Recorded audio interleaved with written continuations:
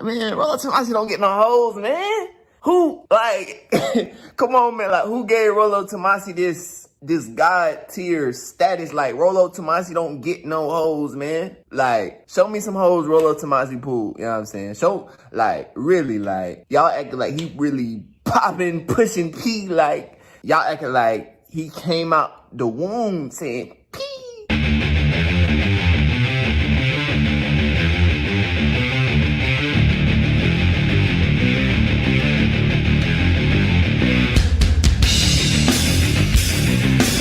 I am so tired right now. I am jet lagged from Miami. But we have to keep things going. Gotta keep it real. Live from Las Vegas in the Southern Command Center. Oh, my Southern Command Center. This is the Rational Male. I have some good news. Very good news today. I got some really major announcements.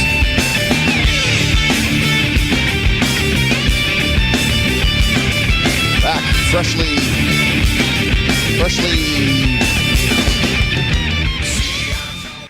rolled over in a lot of humidity and heat, drawn by heat and conflict. A predator. There you go. Anybody remember that? That was from the old shit. Okay. Guys are so fun. Here we go. Oh, look who it is. It's our old, good, somewhat friend back in the day. You want to talk all day long about traditional women. Where's your traditional woman? Oh, wait. None of them want a red pill streaming high-value man. And none of them are like, you know what I need?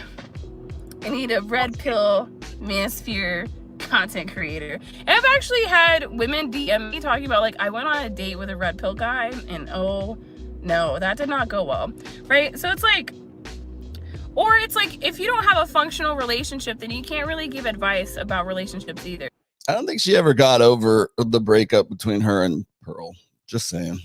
Except people make about the red pill is that it's like very anti-woman or it's misogynist or everything. I have said this, and maybe this is a good way to end the show. I've said this before in at least 3 of my books. Men and women are better together than we are apart. Yes. We are innate, evolved, created or evolved, however you choose to believe. We're an innate complements to one another.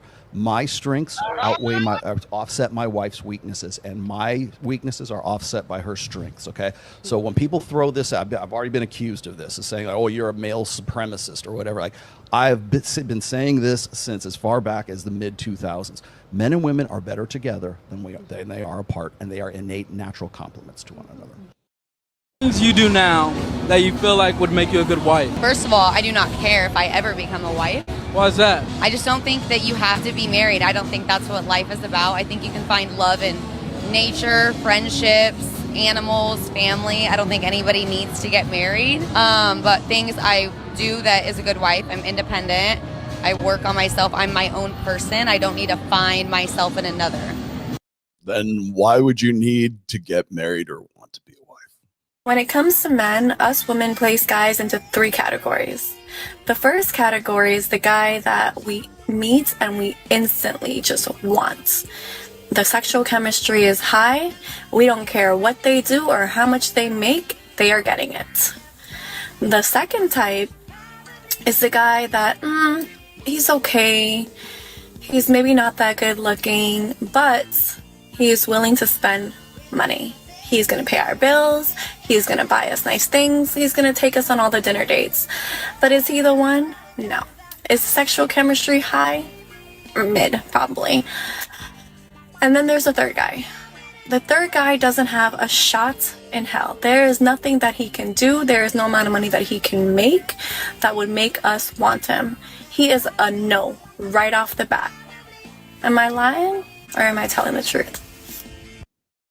A rich guy who is bad in bed or a poor guy who is good in bed? Good in bed. So poor but good in bed. So money doesn't really matter as long as he can hit you very well in the... The what? Would you prefer a guy who is loyal but boring or a cheater but exciting. I don't like boring people. I mean, I'm not involved with boring people, so I guess that I would take the second So option. you take the cheater and exciting? Yes. Horrible trip.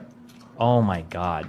Normally, whenever me and Melina would travel, we would usually only do cuck stuff for a single night. But because Nim, I guess she really wanted like somebody who was like Middle Eastern and had like a 15-inch dick or whatever, because it's like 4 times bigger than mine. I had to do it for 4 nights. So they would lock me in the corner of the room and just I would be getting cucked over and over and over again. It's a brutal trip. Do you know who this person is? Yeah, do you know? So this guy, this Destiny guy, I guess, I really don't know much about him. He's supposedly like he's a liberal, but he's like non-woke or something. And because everyone's always trying to find a not insane liberal, I guess that's like his lane because he's not completely insane. But his thing is that he likes other dudes to fuck his wife. Grandma, Grandpa, what was the secret to your 75 years of marriage? Oh, well, I used to have a YouTuber watch me bang other... It's so insane. Yeah, the secret was that I let your mom cuck me the whole time, and that's what kept us together. It was like, it's getting late. Do you want to come back to my place? And I was like, sure, but I'm not going to sleep with you. Like, that's not happening. And he was like, that's totally fine. Just come over. And I was like, cool. So I go to his place. He respects my wishes. He's so nice. He cuddles me all night. And I'm like, are you gay? Like, what? And like, I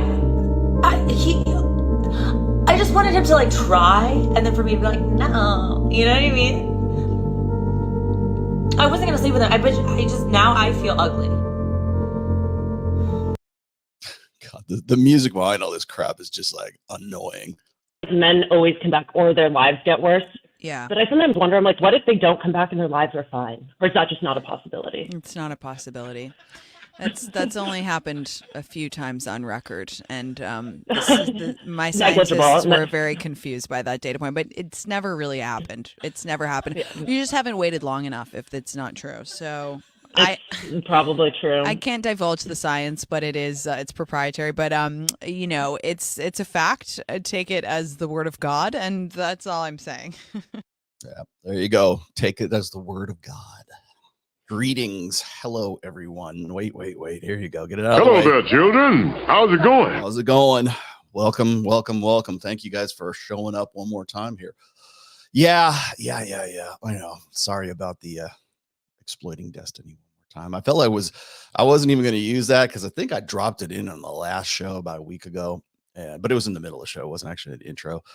But yeah, I wanted to, like, today's show. I'm like, what am I going to do a show about? I was on the flight back from Miami on yesterday. Man, what a long flight! I forgot how long it is to really go back. I had a layover that got I think I got an extra hour or two delayed in Houston, so then I got to fly into Vegas, and it was good going out. It was kind of tough coming back, but Sammy, I see you. Thank you. Thanks for being in the chat today. Sam's laying down. He's moderating the chat, so everybody behave themselves. Yeah. So I was in Miami, and it was another whirlwind tour. We do probably 2 of these. Well, now Mike and I do 2 of these a year. There was a time, like, I remember in 2021 and 2022 where I would just go to Miami all the time, right? I mean, from January of 2021, I probably make 7 or 8 trips during that year.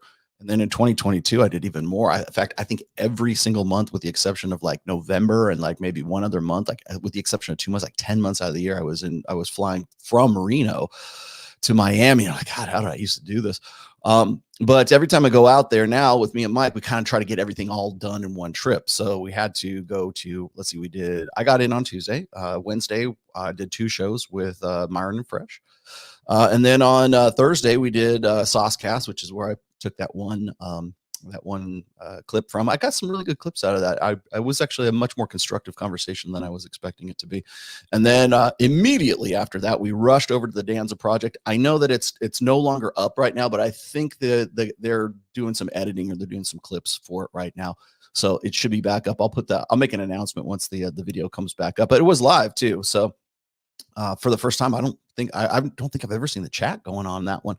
So that was really good. Again, Mike and I were talking to Miguel and Cato for about 3.5 hours. We just get rolling, and it's just like it's just such a good conversation. I think the last time we left them, they're like, "Man, we could go for another 2 hours." I'm like, "Yeah." It was like 2 a.m. But anyways, it was good. It was a good show. And then Friday, if you missed it, yeah, I did not know this was going to happen. I did not know that they had Wes Watson lined up. I know Mike actually kind of was the one to push for this, and I was kind of pleasantly surprised that he did. So I did a show with Wes Watson and Mike Sartain, myself, and then of course Byron Fresh, and it was a good show. I kind of have a different opinion of Wes now. I understand. I get what he's about. Like, the thing about Wes Watson is, like, what you see is what you get. It's not like an act. It's not like it's not like he's just like, professional wrestler. He's not Macho Man Razzie saying, "Oh, stop being a little bitch." Like that. That's who he is. That's what he's about. He's definitely a pep rally kind of guy. Some guys need that. People were saying, "Well, don't you think he's still one dimensional?" I go, "Well, yeah, duh." I mean, there's really not much else to him when it comes to this stuff. So it's a lot of. I mean, I think his greatest strength is just as a motivator. Really, you would probably hate, like, if you had Wes Watson as your football coach in high school. Oh my god. I think maybe a lot of I don't know. Maybe this is a no-brainer here, but I think that probably Wes Watson sort of missed his calling as sort of being either a coach, like in the traditional sense, or being sort of a motivator kind of guy. I mean, I guess that's kind of what he does anyways. But it's so one-sided. It's like he only has one gear, and that's it. Just go. And once you can appreciate what that gear is, then it's not so bad. And I kind of understand now why, like, Andrew Wilson would sort of lock horns with Wes, because I think Andrew is a little bit more cerebral, and he wants to think about things. And of course, if Andrew has a failing, he is what we call Jesus smuggling, and so he gets into a debate, and we start talking about stuff, and then out comes scripture, out comes the Bible, out comes whatever. And I know that, and I know what I'm getting into with him, because he's always been about that, right? And Andrew is now a sort of a permanent installment on whatever podcast. Whether it's remote or whatever, I don't know how that arrangement got set up, and more power to him, let him go. But the problem is then it sort of turns whatever podcast into sort of like this sermonizing podcast, which I guess it's kind of been for a while. I think the evolution of whatever podcast is, it started out. I don't think Brian knew what he wanted it to be, or like the show, kind of the character of the show didn't know what it wanted to be. And now it's starting to get a little bit more, I think, sermonizing, for lack of a better word. So that's how it works. What do we got here? Thanks. What you got, PI? I just watched a clip from Crowder, and he's taking stuff from your talking about with religion and the red pill. Is that F my life? I wonder how he got that point. Yeah, well, the problem I keep seeing is I think that a lot of people lift my material, and they, like, the people who are doing it, don't know where it comes from. And one of the reasons I threw up Allie in the beginning for the intro videos this time was because she sort of followed the course of what is the most predictable path for women who come into the red pill.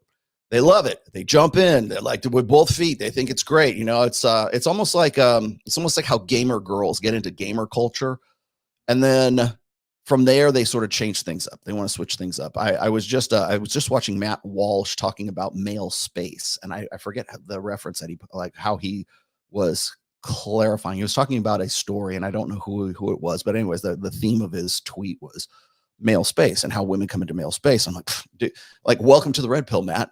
Come on. Yeah. And so I threw out one of my more infamous posts about male space, right? And how women come into male space, and they don't come in with a real appreciation for whatever that space is. They just want to be the first woman to do so. So if there's a male dominated space, I think I characterize it this way. I can remember when Augusta was in Georgia, Augusta, Georgia, at the Masters. It was limited. That club was just for men. And then I remember when they made what's her face? They opened it up to women, and I can't remember her name now. Who's a black girl, the black woman who was Secretary of State for Bush? I'm blanking on her name right now. But anyways, they made her sort of an honorary member and opening up the club officially to women, right? And so it was a traditionally male space that was now open up to women, and it was just sort of a Condoleezza Rice. Thank you. Yeah, Condoleezza Rice. I knew somebody would come up with that. When Condoleezza Rice, they even gave her the green. They gave her the green jacket. I remember that, and this was back in like the mid 2000s, right? And so I was writing about this like back then. I wrote about it quite a bit on the SoSwap forums, and then I kind of transitioned that one over to the blog, to the Rational Male blog, and then of course that ended up as an essay in one of my books. So, but male space, I thought it was funny because now all these guys, Condoleezza Rice. Now these guys like Matt Walsh, I think they're coming, even Zuby, like all these guys who are like traditional conservatives, I see them trying to tackle these topics that we've been talking about since, well, in my case, as far back as like 2008, 2007. But really were, seminal blog essays for me back in like 2014.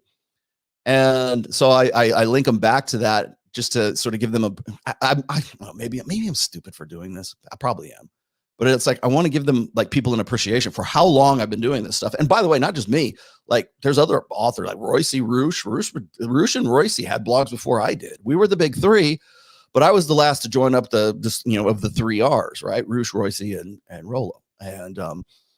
And then I want to put Dalrock into that as he's like the fifth Beatle. He was definitely part of that crew back in the day.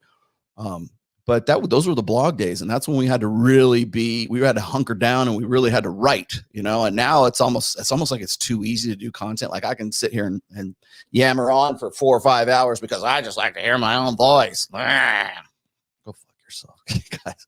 I want to point something out about that too, because I get criticized for monologuing. And by the way, there's only one person I know who monologues more than me, and I work with him every Thursday at 8 p.m. Pacific. I love me some Mike Sartain, but man, there's only one guy who can monologue longer than Rollo Tomassi, and I happen to work with him. So it makes me seem like I'm like sort of short on my words. That's fun. I even have I forget where I have the monologue, the drop from Syndrome from The Incredibles that I kind of dragged out a mothball just for Mike.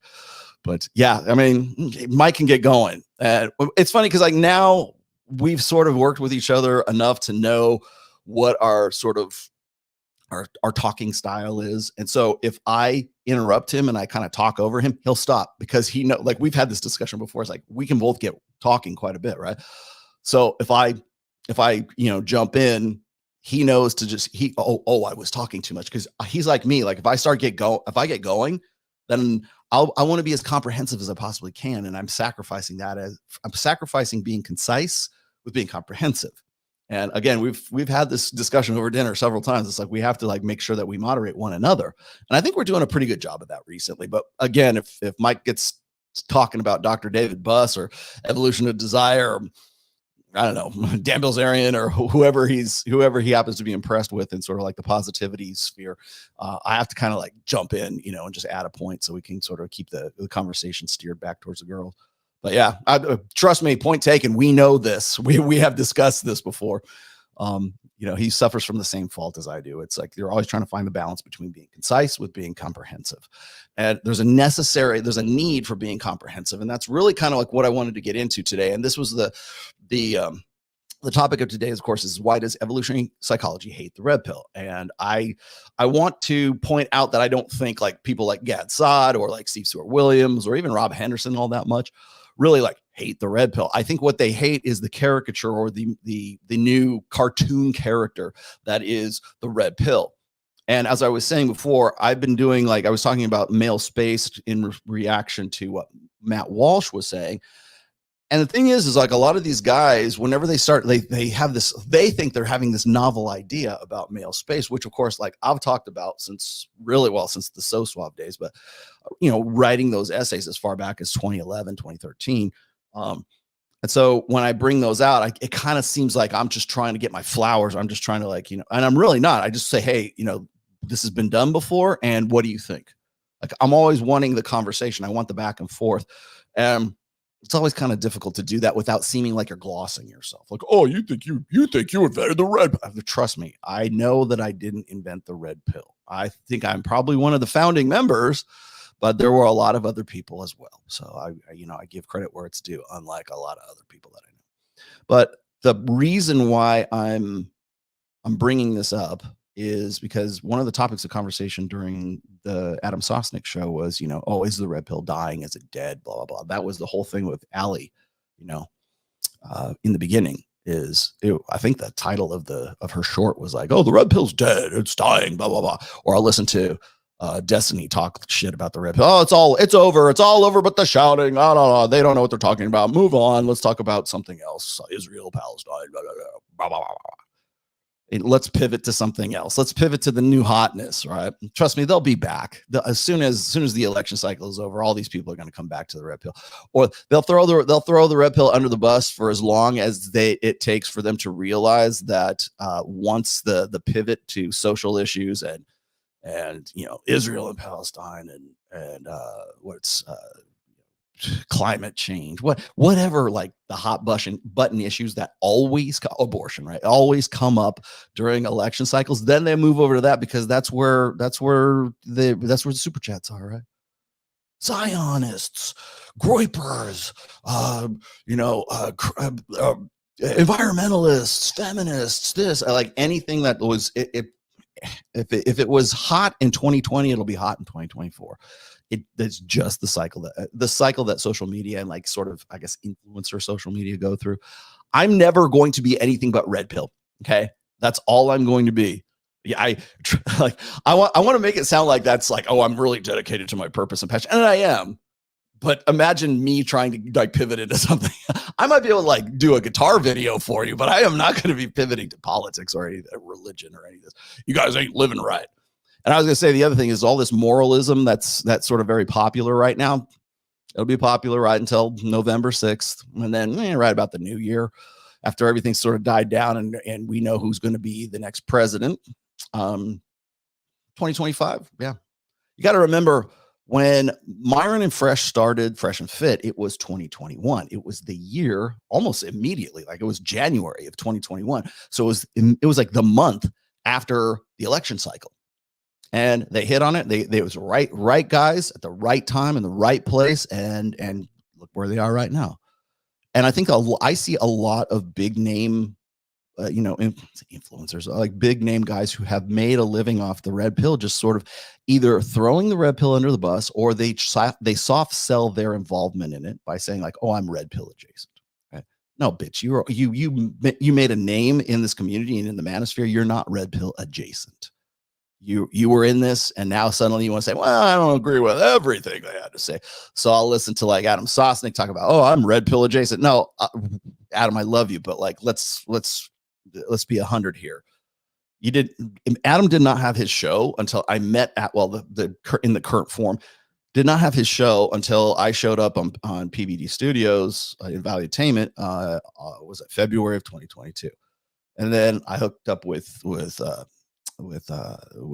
Adam Sosnick, and I helped him out. We were just sort of like, hey, who can I get? What can I do? How can I get some topics? And I was doing that show probably every other month right through July. And then Jedediah Bila comes up, and I started helping her with her show. In fact, all of the shows that Valuetainment has had up to this point, because what else do they have right now, have been as a result of my involvement in those shows on Valuetainment. So like when I had my very first discussion with Jedediah Bila, and I think a lot of people even in my audience right now remember this, she was very anti-red pill. And then she reached over 100,000 subs in less, her channel was only started in June. So like in less than 6 months, and she's at 100,000 subs because she pivoted into red pill, sociosexual, intersexual topics. And then what happens is December or November of 2022, I'm out there and I'm talking to them. Of course, I go on with Adam as well. And I'm talking to Jedediah, and she's just like, I just want to tell you were right. I'm like, what? And so, she says, I have a new appreciation for this stuff. And she understands, I was congratulating her on 100,000. I think Adam had already got to that too. To get to 100,000 subs inside of a year, like in less than a year, it's pretty good. So I must have done something right. I must have helped somebody. So now Jed is no longer Jed. I would say Jedediah Bila has moved to Montana. I'm not going to tell you where, but she's in Montana right now. She's restarting her channel. She kind of had to lie low for a little bit because of her contract with Valuetainment, but now she's getting back into it. I think I even made an announcement of this on Instagram. Mike and I are trying to get Jedediah to come out to Vegas. Like, come to Vegas, come to the dark side. We have cookies. Come over here. So we have the studio for it. I told her, I said, you can use anything you want for free. So what do you guys want? Jesus Christ. What do you want, Joe? Is this what you want? If you're going to put it in all caps, you know how I'm going to read it, right? By the way, Rollo, I must recommand. When did you command? You clip with our 2 polished red pill boys. Both of them read and use your work in discussion with Catholic tradcon dude. That dude can't accept the truth. Okay. Thanks. There's the attention you were looking for. Loki. 30 years old with a great physique, working on the money part. I am quite charismatic. Well, clearly from your super chat. And speak confidently. 5'2" in a country where a female average height is 5'4". How effed am I? Lay it on me. There's two kind of options in this. One of the things about height, I'm not going to tell you you're not fucked. Okay. Because you could be fucked, but those are the cards you're dealt. Okay. So how are you going to, you have to find ways to overcome that deficit, that you have a deficit. Not going to lie to you. You have a deficit. Being a short kings, there are no short kings. Okay. You have a deficit. So keep yourself in peak physical condition. That's number one. Number two is, I used to think in these terms. I used to think that as long as you were getting with a woman who was like at your height or beneath your height, then you're going to be okay. Now, if you're not, I will tell you right now that I personally know at least 5-6 guys that are in Men of Action, in MOA, which, by the way, if you want to join the MOA group, it's the first or the second link down in the description. But I personally know at least 5 guys that are 5'4", 5'5", that are killing it right now. And because of pre-selection and social circle, but they are under no illusion that they are at a disadvantage. They definitely are. But through game, for conversational skills, through money too. I mean, not going to lie, if you have a deficit, you will try to find some way to compensate for it. And so, of course, what happens is everybody says, "Oh, compensation! You had to get a big monster truck because you have a little PP. That's small dick energy." Or like if I drive a bitchin' Camaro, everybody goes, "What's he trying to compensate for?" It's a fucking Camaro, man. It's not a monster truck. But people will not let you win, no matter what. They will never let you win, Lukey. So you've got to just say fuck them all, and you have to go. You have to do it on your own, and you have to build up your own inherent value. Also, make sure that your value becomes part of your ego as well. And I think a lot of people think, oh, the ego is the opposite. No, your ego is not your enemy. What's that book? The ego is the obstacle or some shit. I don't even know what the fuck it is. But it's like your ego. Trust me, you can't kill your ego. I hope you don't. Please don't kill your ego. You've got to be in some way egotistical enough to sort of like have some sort of like positive self-image, I think. And if you look, okay, a guy with a lot of ego, that's Wes Watson. Let's be honest. Okay. That guy is all ego. Now, can that get out of hand? Yes. But as I said on the show, I said, yeah, this was actually a quote. I didn't want to say this was a Shakespeare quote. It's from Henry V, but it's self-love is not so great a sin as self-neglect. So part of that self-love and that pride has to come from ego. So because you're 5'2" does not mean you're like doomed to like celibacy. There's plenty of guys who are, as short as you, but they made the most of it. You have to work within the confines of what your reality is. So that's like the best I can tell you right now. Okay, that was good, Lukey. I kind of like that. Today, if you got questions, I'll read them immediately too, because I'm kind of just flying by the seat of my pants here. I have a whole thing set up for evolutionary psychology here. We're gonna dig into some criticisms of Macklemore today. Which, by the way, I want to also point out. Oh, thanks for that, man. Here are my coins. Please give us nuts and bolts. You got nuts and bolts coming in today, rational agent. Thank you much for that. Donovan out here saying you're jealous of Pearl. Where? Can somebody tell me where? Like, let's just be honest here. Like, I think the thing about Donovan is like Donovan doesn't understand that the only reason why Pearl fucks with Donovan is because, well, first of all, she's tight with his wife, but the only reason she fucks with anybody is because they're useful. And as soon as you outlive your usefulness, as soon as she can get more clout or more money or more, I don't know, she can keep her head above water by throwing you under the bus, she will do so. Trust me on this. I will tell this. I said the same thing to every guy in Rule Zero. I've said it to a million other people. Trust me on this. You're the only reason why you think Pearl is still even a somebody of a personality of note in the manosphere is because you haven't outlived your usefulness, or she simply just doesn't pay attention to you anymore. So I understand that Donovan and Devin have a relationship with Pearl. I also know that Andrew Wilson and his wife have a relationship with Pearl. But trust me, I told Andrew Wilson the same thing. Said you just haven't outlived your usefulness yet. It's all clout economics. She's like, you think Pearl will give two flying fucks about you and Rachel if you weren't like generating some buzz right now? She is a clout leech. I don't know how many different ways I have to say this. She's a clout leech. And as soon as she can get more clout by throwing you under the bus than having any kind of like real positive relationship with you, you're done. That's what she's about. And people like to, oh, she's just too stupid. There's no way she could be like that. She's just some country bumpkin. No, trust me, everything that comes out of her mouth is calculated. She has a team of people who do her Twitter. She has mentioned this. She has a team of people who are doing her Instagram, right? Now, she's been demonetized, yes, but that doesn't mean she's probably not. I mean, it's Pearl. She can float herself because daddy has money. Okay. So she doesn't necessarily have to sign on with Rumble, but I think she probably will if she hasn't already. Anybody who gets demonetized by Rumble or by YouTube, that's where they go. They go over. I'm not saying I wouldn't do the same thing. I would very much like to do it. So I got some hair in my head. I would very much like to certainly move, maybe not this show, but I would definitely want to work out a contract deal of some sort with Rumble, because we're kind of already doing it. Every time Myron and Fresh come out to Vegas and we do a show with them, I get copyright strikes from Rumble for my own goddamn show.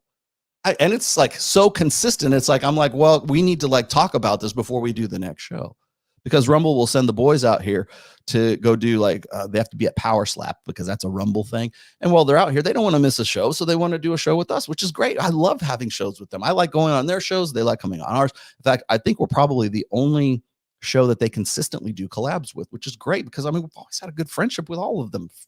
Fresh and Myron have been my friends for a long time now. So all I'm saying is, like, Rumble, please, like, don't give me copyright strikes, because I don't want to have to dispute every damn one of them and then have you guys go through all the manual shit to do so. But I think there's a way around that, and it's just simply like, I'll be happy to, I don't care what the contract is, just sign me a contract for Access Vegas, pay us studio fees, and that's it. So hopefully that works out for us. But again, like, I will never work with Pearl. Never. I think she's a shit human being. And I think anybody that works or associates with her just hasn't outlived their usefulness yet. It's not about being jealous. Dude, you jealous? How long have I been doing this?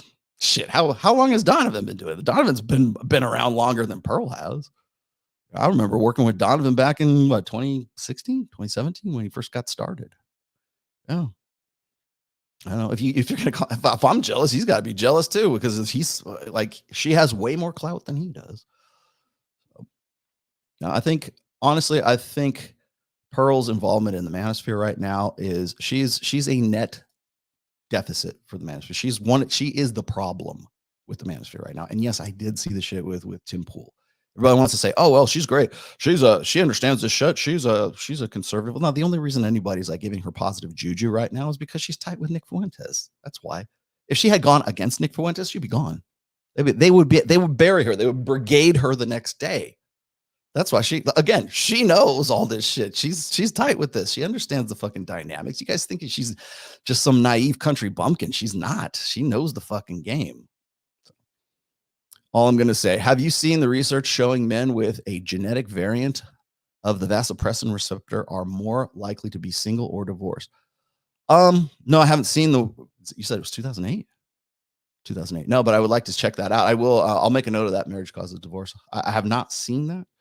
I talked about personality and the relation to what is it? The 4 laws of genetic behaviorism, right? And raising kids and everything else. Genetics plays. And I'm not going to say that environment because I still understand that there are certain environments, like you can have the genes to be the next, Eddie Van Halen or Johann Sebastian Bach. But if you live in a country where it's like music is like forbidden, then those genes you're not going to have that musical genius pop out. So environment does modify the gene, expressions. Let's just put it that way. Now the other thing is I've seen stuff like this before. There was a series, it was a documentary, and it had Henry Rollins in it, and it was the warrior gene. And it's there's supposed to be a gene that like sort of makes you sort of psychopathic, or I forget it was a protein, something that synthesized protein makes you more aggressive or something like that. And it turns out that like Henry Rollins wasn't quote unquote an alpha or a warrior. He didn't have the warrior gene, but like you go interview these guys in prison, and they all have the same kind of genetic marker.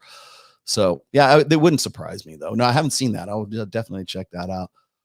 Ned Tomassi, Center for Dogs Who Can't Ambulate Good. Yeah. What does this say? Center for Ants? No. So you want an update on Ned? Ned is actually going into surgery, so prayers and good thoughts would be appreciated on Wednesday. We've decided to put one. We're going to do this one more time. We're going to put a plate in again. Now he's healed up enough so that he can go in and he'll be okay right after surgery now. So like his arm, like where he was opened up before, is healed enough so we can actually attempt to this one more time. And we kind of have to, because our specialist surgeon that is here in Las Vegas really wants to do this, because she really thinks that she can like help him out by doing this. So we're going to go in there, put another plate in. It's going to be a different kind of plate, and they're going to be putting bone graft in there as well, because it's healing, but it's just not healing fast enough. And so we're a little concerned that maybe it's like something has happened it's not necrotic, but there's something like where the bones aren't going to knit. And so she has to go in there, sort of like rough it up a little bit, put the plate on there, put some bone graft in there, and we're done. But again, he's got to go under anesthesia. And if you know anything about greyhounds, that's a dangerous proposition. Like they roll the die, all dogs do really when they go under, but for greyhounds, they have some sort of genetic quirk that like makes them very, very sensitive to anesthesia. So, but she's done this before. In fact, this is specialist center, like specializes in like osteo, like orthopedics and stuff like that. So I think we'll be good. But thank you guys for and if, by the way, if you want to donate to the medical fund again, please do. What do we got here? If your height starts at 5, you can't skip the gym. True. And not have a sizable bank account. Need to have both. Yes, you've got to find a way to cover the deficit. In fact, they've done studies that show if you're at a certain height, the amount of money you need to make to compensate for that height, so that you can get up to the same sort of level of sexual market value as a guy who's like 6 feet, 5'10", whatever it is. So I should drag those. I probably will drag those up because I kind of want to talk about height a little bit today too. So there we go. So anyways, getting back to things, I've got one more quick announcement here. I have joined Minect. If you don't know what Minect is, it's MINNECT, and it is the third link in the description below. I want to make this announcement because I just joined over the weekend. What Minect is if you guys want personal counseling, if you just want a quick question answered, or if you want to, it's almost like giving me a super chat just randomly, like, hey, I need to ask this question to Rollo. You download the Minect app. The link, like I said, is the third one down in the description there, and it goes directly to my profile. But you got to get the app. I think you got to get the app, and then so it's like if you want to hit me up with a message that you have a question that's just tearing you apart. I have there's like for a text message or a response, it's one thing. Like a voicemail response, I'll do that. I'll even give you like personalized video responses.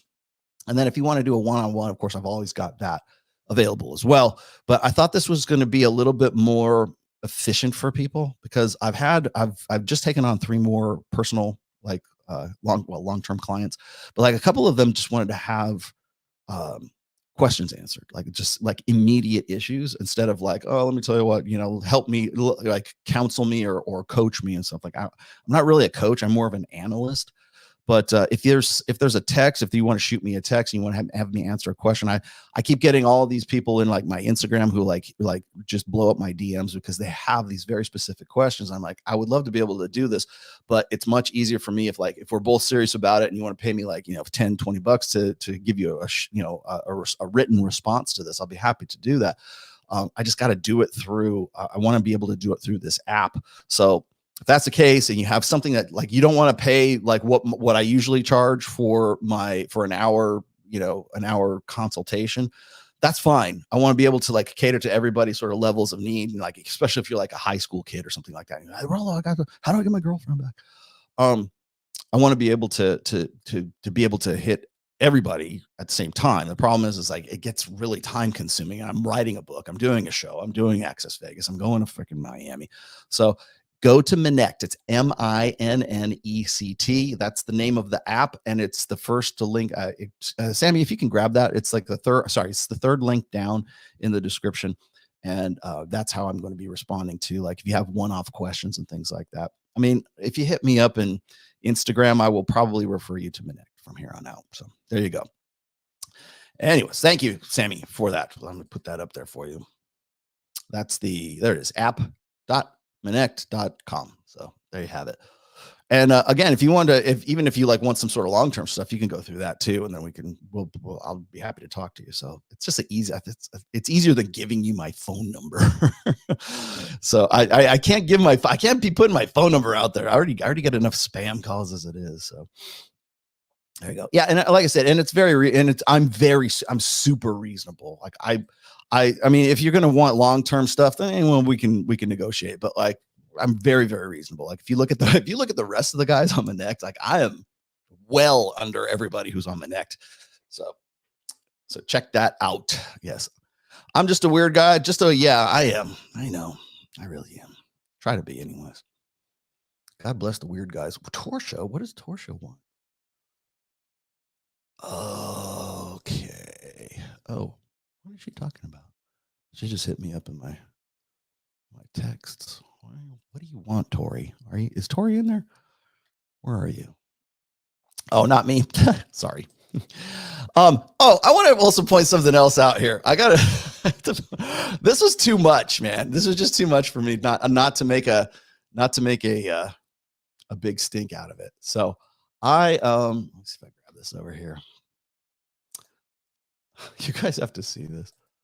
So I'm in Miami, right? And this is like, I think the second day I'm there, and I'm hanging out with Fresh. Okay. Now, Fresh still has his Rolls Royce. I don't think he has a Lambo anymore. I'm not sure. I think he might have sold the Lambo off, but he's like always playing musical cars as it is. Okay. So I'm going out, I'm hanging out with Fresh. Usually when I hang out with Fresh, it's like we go walk Hero, which is his Shiba Inu, his dog. And we'll go have some food or whatever and just kind of, just shoot the shit. And sometimes we just drive around, right? And just talk some good shit. Like we'll go down to the art district or whatever. So anyways, I posted this picture. I posted this picture on my Instagram, right? And with no explanation, right? I just posted and it's up on there right now. And if you haven't seen this, you have to go see it. Okay. In fact, I should just read you some of the responses from this. It's amazing to me. Like if you remember when I was saying, if you give people information and you don't tell them how to feel about it, they will hate you for it. Right. So here we go. I'm going to read you some of these responses to this. Now, Giovanni Sanders, like most of this was very, very positive. Okay. And then of course, you have a license for those guns, sir. Okay. Thank you. I know I'm getting in shape these days. Drive it like you stole it. Let's see. Got rid of the Camaro for an Audi. No, I love how people like just automatically presume that this is my car and I'm like flexing my car, right? Is it that have we got to that point right now where it's like all you have to do is like stand in front of of an expensive car and people think that it's automatically your car. This is Fresh's car. This is not my car. He's just like, hey, let's take a picture of you like on the car so we can use it for the thumbnail. I don't know if he ever used it, but so we had that. Now I got this other guy, and they're like, they'll write these like doctoral theses about this shit. Shouldn't photos like this be for his wife? Because who else is he trying to impress?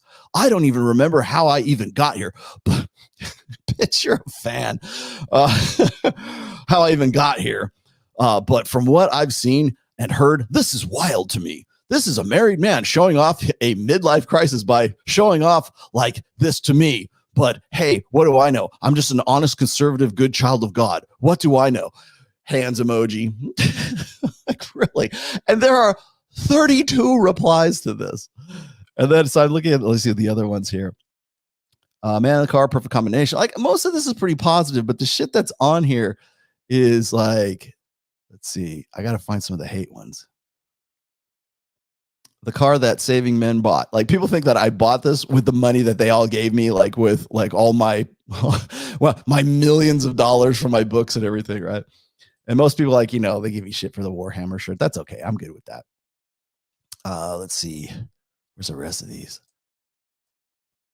Well, like I said, most are very positive, but let's see. Oh, here he goes. He has undoubtedly written the best book on the subject. Then he does what we all do, hide our weaknesses and highlight our strengths. I don't blame him for his hormone replacement therapy and living 24/7 with an exaggerated cap. That's all you got out of this? Oh my God. Let's see the rest of these here. The hate comments are just so great. But I mean, I can't complain because most of, like I said, most of these are pretty standard. Oh, here it goes. More volume for leg day, or how I like to roll is add some road biking. I hope the vag bullet won't the vag bullet. I guess that's the reference of the car. The vag bullet won't give you trouble if it's yours. Yeah. What's the rest of these? These are fucking great. But I'll tell you the thing is like whenever you do this, whenever you throw a picture like that out, it's like the presumption is that it's your car. Like, it's not my car. I still have my Camaro. I did not sell my Camaro, and I sure as shit didn't buy an Audi. Personally, I own 4 cars. So I have a Chrysler 300 because it is a classic. It's the 300 MEC, and it's upgunned. All of my semi-muscle cars are upgunned. I don't think people realize this. My younger brother, who's 2 years younger than me, his job, his profession is he reconditions classic muscle cars, like from, you know, the 60s, 70s, maybe 80s a little bit. And then he also does private work for like people with very expensive cars, but they're old classic cars, like old Ferraris or old Lamborghinis, like a Countach or whatever, however you say it. I'm probably fucking it up, but like those kind of cars, right? And then he takes probably about 2 or 3 different cars, and he then takes them to the Barrett-Jackson auction, which is usually in Vegas or it's like in Scottsdale. And it's the one you see like on ESPN occasionally. It's like once or twice a year they have the auctions. That's what my brother does. It's like he basically, in some cases, just builds from scratch. He does everything from the engine to the bodywork to everything. So, so when I look at a car that I want rather than I need, like I have a Tacoma, I have a Toyota Tacoma. That's my utility car. That's just my dependable, badass Tacoma, which also has some upgrades as well. So I have that. I have a 4Runner. I've got a Chrysler 300 upgunned, and then my Camaro, which is a 2011 Camaro. I own all my cars. Okay, but I don't make payments on any of them, but I get those cars because I know my brother can work on them, and then because that's just something we do. Like he builds them and I break them, but I think it's funny when people like see any guy next to a car and then suddenly they think that must be that. Oh, you're trying to flex your car on me. I'm like, dude, it's me. Like, I'm the laugh. Like, you can go and look at like Fresh in his McLaren or his Lambo or whatever it is, and that probably is a flex. Yes, I will give you that. But I'm the last person. I'll flex my guitars on you, but I don't think I'd ever flex any on a car with anybody. I mean, unless it's like my brother puts a twin turbo kit in my Camaro sooner or later. Hint, hint, nod, nod. So yeah. God, that was so funny. And so, I also want to point one more thing out here. Now, I won't show you the pictures because it's just, you probably have seen these already. I constantly get this every time I go on Fresh and Fit, or I go on, like, if I go on somebody else's show, it's like free licks on Rollo. Like, everybody wants to come out of the woodwork and go, is that his real hair? Why does he wear that beanie all the time? What's he hiding? Is he bald under that? Oh my gosh, why does he always wear that? Well, first of all, I got in the habit of doing this style right here because I have this on all the time. And if you know why Myron Gaines got hair replacement, like back at, what was it, last year? Why he got hair plugs? It's because you'll notice that this part right here is basically where the bald part, where it started. Okay. So I started doing that when I started wearing this stuff when I started working with Pat Campbell. And I started growing my hair long. And so if you look at some of the earliest videos of me, like in the 21 convention, I didn't wear a hat. I didn't wear a beanie or nothing. I had very short, like military cropped hair. Right. And then I started growing it out. And when I started growing it out, you get into that kind of like awkward, like longish phase that you can't do anything with. Like for guys, you can't really do anything with it because I was in a band at the time. My mother, who God rest her soul, wanted to see me with long hair again before she passed away, which she did. I'm happy to say she got to see that, right? Because she used to love it when I was playing in bands and stuff back in the my rock star 20s, right?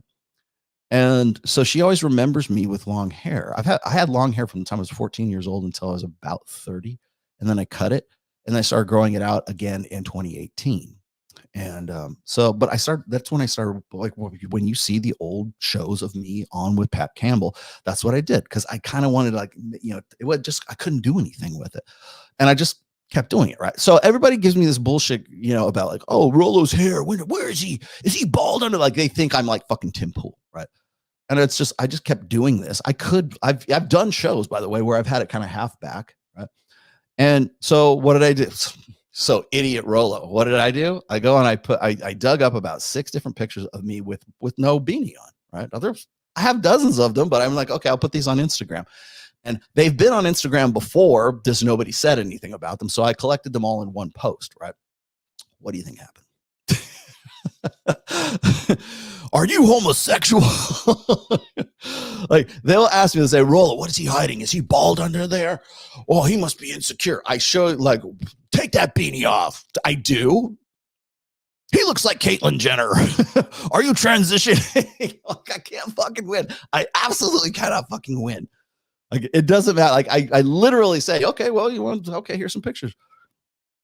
Are you homosexual? Oh, or this is a bad look for you, Rollo. Only teenage girls do duck lips. Only teenage girls take selfies.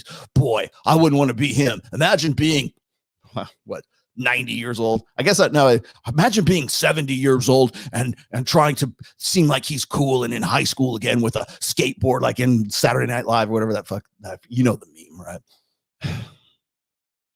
Like, I did this to show you that I actually do have hair. This is actually my hair. See, I can pull on it, right? Sage, so lesson learned. Tell everybody to go fuck themselves. Never try to appease your audience because they will not let, or your haters, they will not let you win. You will never win. You cannot possibly win. The game is rigged. The game is absolutely rigged. And if I didn't wear this, they find something else. It seriously would be something else. But I mean, brutal. Like, oh, is he transitioning? Boy, I wouldn't want to be like him. Oh, are you going to start a TikTok account? Are you going to dance for us and shake your ass? Oh, what are you, a 14-year-old girl? Just more than a man can take. Oh my God.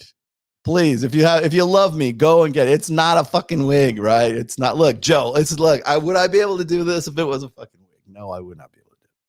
And go check it out. It's on fucking Instagram. Thomas, any thoughts on the psychopathic pussies? Is that a band? Men who act tough but aren't. Okay. I've seen women fall for them, and in today's society, they don't have to compete directly with other men. Psychopathic pussy sounds like a really great name for an all-female band. Not gonna lie. So who act tough? Well, okay. So here's the thing: is I think Wes Watson actually brought this up when I was on the show with him. Was I think social media gives everyone in general, but like certainly haters, like this sort of false sense of security. And Wes isn't the first one to call this out. A lot of people will say, it allows these guys who are, actually pussies to sort of mouth off from this position that they have some sort of anonymity, right? You put anybody in a condition of anonymity and you'll see their true colors come out. And so, yeah, I mean, I understand what you're saying, but I think the thing is that really the result of this is the fact that social media and like, especially with pictures and images and stuff, like right now, you can go and doctor images up. You can just go get Face App, right? Or is that what it's called? Face App, Facetune, Face App. And there's video like filters that will do the same thing. Like I can go and like, I don't use any, I don't use any facial smoothing or anything like that. Cause I'm like, what am I going to do? Right? If anything, I needed to roughen up so I would like look like I got 5 o'clock shadow. But I mean, image online right now is like the perception, like AI, whatever, like the perception is like, it's all smoke and mirrors right now. So it's never been, and this goes more towards the evolutionary psychology thing, right? It's never been easier to fake perceptual cues of high value than it is today. So for instance, I got for case in point, wait, here we go. This is case in point right here. Case in point. Does this man own this car? No, I don't. That's not my car. That is Fresh's car. But people, what's the presumption? I'm not even trying to say this is my car. I just leave it with no caption. And that's what everybody presumes that I'm saying. They presume that it is, that's what I'm trying to trick you. He's trying to trick us. He's trying to trick us into thinking he has hair. He's trying to trick us into thinking he has a car. Oh, I can't believe it. Why do guys obsess over that? Well, because it kind of, but I think people realize that online in the sort of visual world and the fantasy that is social media, you have to remember that you're talking about like an animal that's been evolving for the last 200,000. A human being has been evolving for the last 200,000 years, but really the psychology and our psyches and what sort of motivates us or how we interpret things hasn't really changed all that much. So when you see me like this, it's almost like I'm flexing because I'm going to take you. This man is going to take your girl. That's right. That's like leave some pussy for the rest of us. Rollo. wait. Like, man, Rollo Tomassi don't get no hoes. And I could show you pictures from the white party in Miami. And if I post those up, what do you think is going to happen then? If I show you pictures of me and little Maya, 22-year-old Maya, I'll tell you. Would you like me to tell you? Because I think you probably already know. You know exactly what's going to happen. Oh, is this his wife? What does his wife think? We better go tell his wife. Like, or if you see me with if you see me, and these are my friends, like these are people that I have had on the show, or I work with them, or they work with Mike, whatever else, and we're just hanging out, and we take a picture at, I don't know, at the white party, Babes in Toyland, right? Or we take an after show picture at Access Vegas. People think that I'm trying to send them the message that I fuck all these girls. That's the first presumption. Does he fuck all those girls? I thought he was married. Oh my God, but somebody better go tell his wife. All right.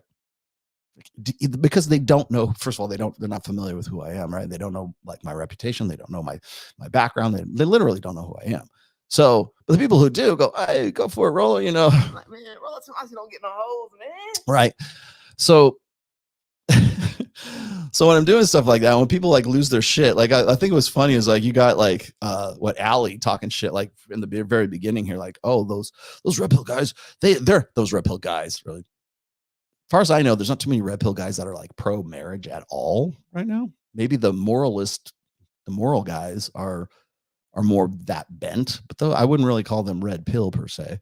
But there's this presumption that like what people will fill in the blanks if you don't tell them how to feel about something, or if you don't give them enough information to interpret it, and even when you do, they will still fill in the blanks themselves. So when you see an image like me on the back of a Fresh's car, people think that I'm flexing on them, like I'm better than you. I'm not saying I'm better. Look at me. Just look at me. I mean, maybe physically. I'm 56 years old and I look like this these days. Okay. You know, my body fat's down. Well, thanks to my greyhounds. I'm lifting more. I'm at Powerhouse Gym with Hida Yamagishi. I am on TRT. Yeah, some people, oh, he's cheating. But people think like it triggers this sort of like hindbrain reaction from men who think I'm flexing on them to take to poach their women. That's what it comes down to. Am I doing that? Absolutely, of course not. But you can't do that with people without people filling in sort of from on a limbic level. You can't show them an image without them that being the natural message that they're supposed to get. You're only posting this because you think you could get girls. No, I'm posting this because it's just me hanging out with Fresh and seemed like a good photo to pull a thumbnail from. Thanks. But if I put that even if I wrote that as the description in the caption underneath it, people will go, "No, you're not. You're trying to relive your lost youth. You're having a midlife crisis." Yeah, I'm 56. Midlife crisis would have been like more than 10 years ago. No. Jesus, man. Like I said, there's no way to wait. To me, it's laughable at this point because I know what I'm getting into. If I go post a picture of me with no beanie on my hair or whatever, they're like, "Oh, you're dressed like a 14-year-old kid." And I always do this. Like whenever I get that kind of criticism, people think you're like think you're trying to falsely inflate your value is what it is. When you see an older guy who is in pretty good shape, like I know a lot of guys who are like almost my age or about my age. I know a good friend of mine, his name's Jim Kilgore. In fact, I might have him on the show at some point, but Jim was part of MOA. Now he's turned into a real good friend of mine. He's a pilot and makes a good chunk of change. He just got out of a marriage, I think about 2 years ago. And the dude dresses well. He's got a very expensive motorcycle. He's a fucking pilot, right? And so his sexual market value at 56, 57 is up there. But am I saying that he's like as valuable as he could have been if he had to maximize his potential at like he didn't get married and like maximize his potential at 35 or 40? No, that's absolutely not what I'm saying. But you gotta admit, like the guy's in pretty good shape and he dresses very stylishly. He understands shit. He's a good conversationalist. That dude's a fucking shark. Jim, you're a shark. So is Jim Sexton. Look at even Mike, man. Mike's 46 years old. You know why people give him so much shit is because he has maximized his potential. And in some cases, people say it's even a little bit too late, but the dude has definitely maximized his potential.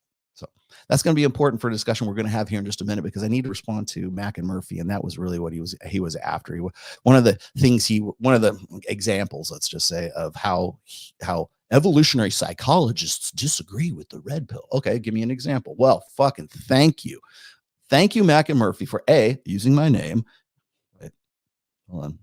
Say my name. Thank you for using my name. Number one, because Lord knows you didn't before, and then secondly.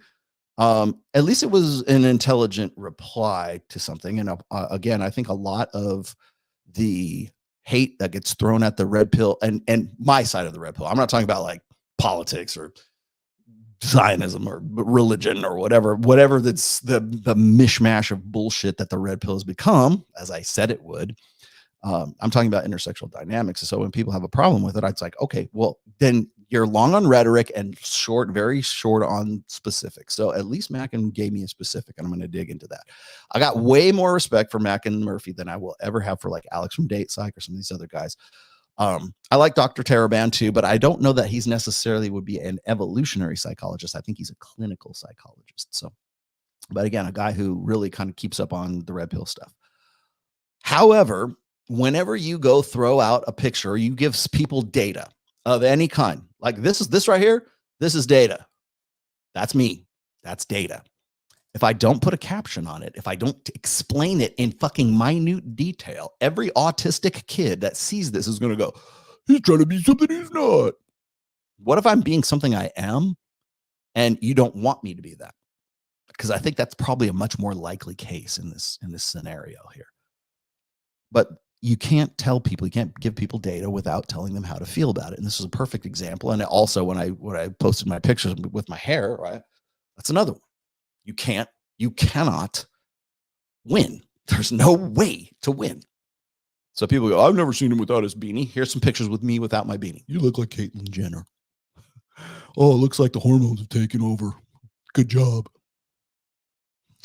Dude, there's absolutely no way to win. Or I will get another response, and I'm sure like men, and this is even old for me, but like even men who are like in their 40s, because I know Mike's probably got this before. People want to say like, well, he shouldn't look like that. Well, how should I look? If you think that you are the first person to tell me to cut my hair, you are absolutely mistaken. People have been telling me to cut my hair since I like 14, 15 years old, right? If my dad said, cut your hair, and I didn't, what the fuck? What probability do you think you have of like telling me to cut my hair and I'm going to do it? I will probably shave my head at some point.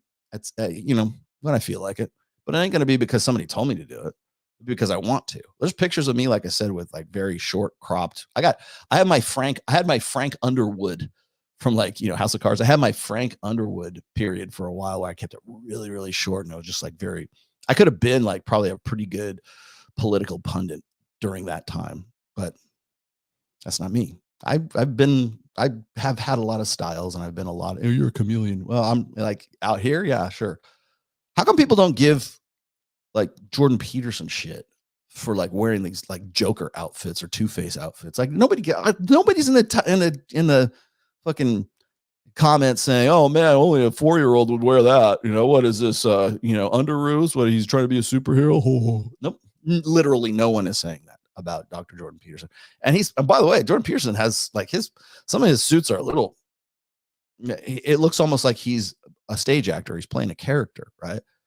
But some of them, I'm like, that's pretty cool. I mean, for him, it works. I'm like, oh, that's cool.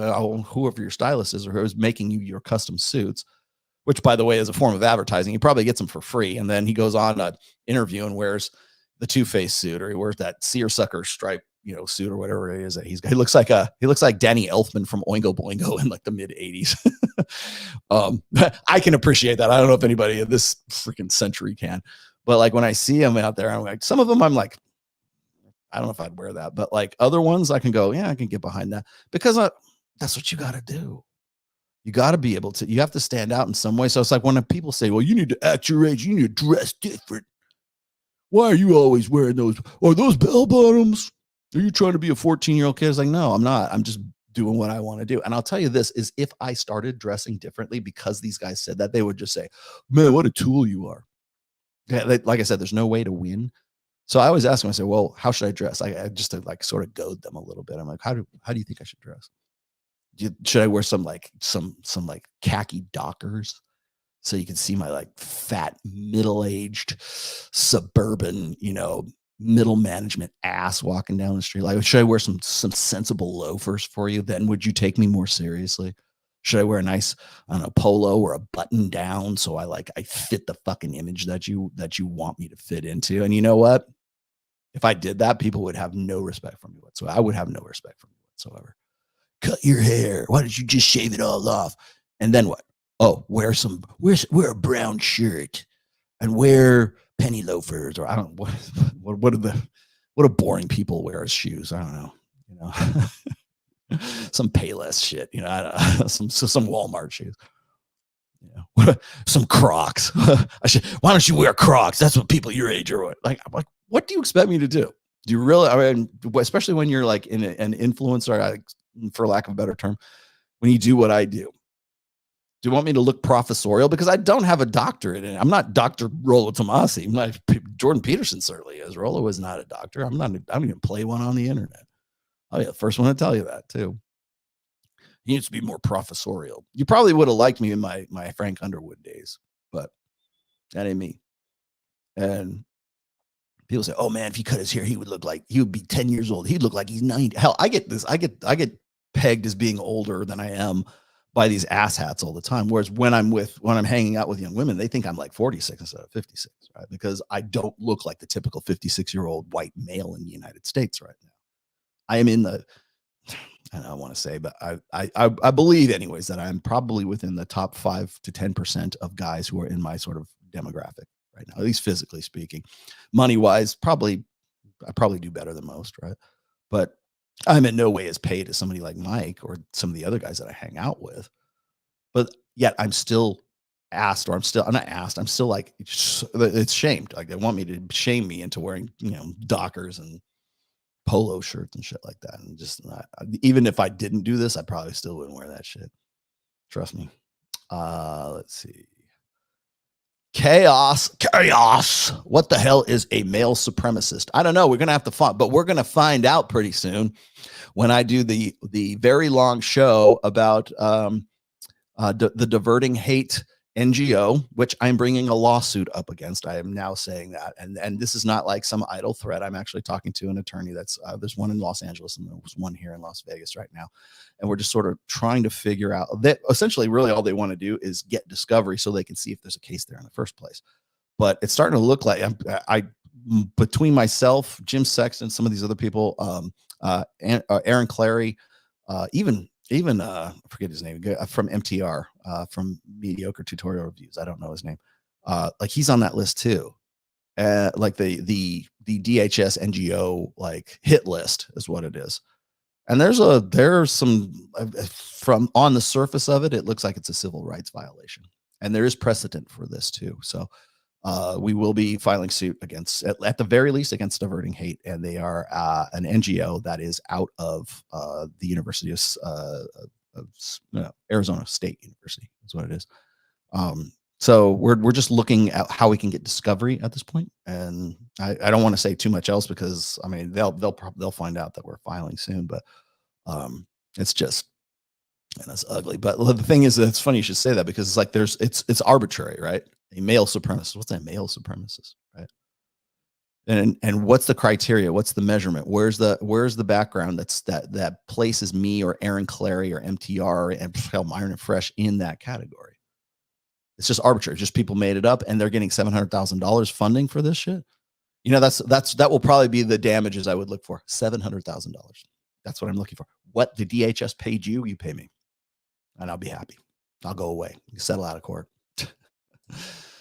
Let's see. Hi, I'm spinning 2 plates. One girl keeps asking if I am dating other girls. Should I tell her about the other girl? If so, is it a good way to tell her? Okay, so here's the thing is when a woman asks you about like, are you seeing other women?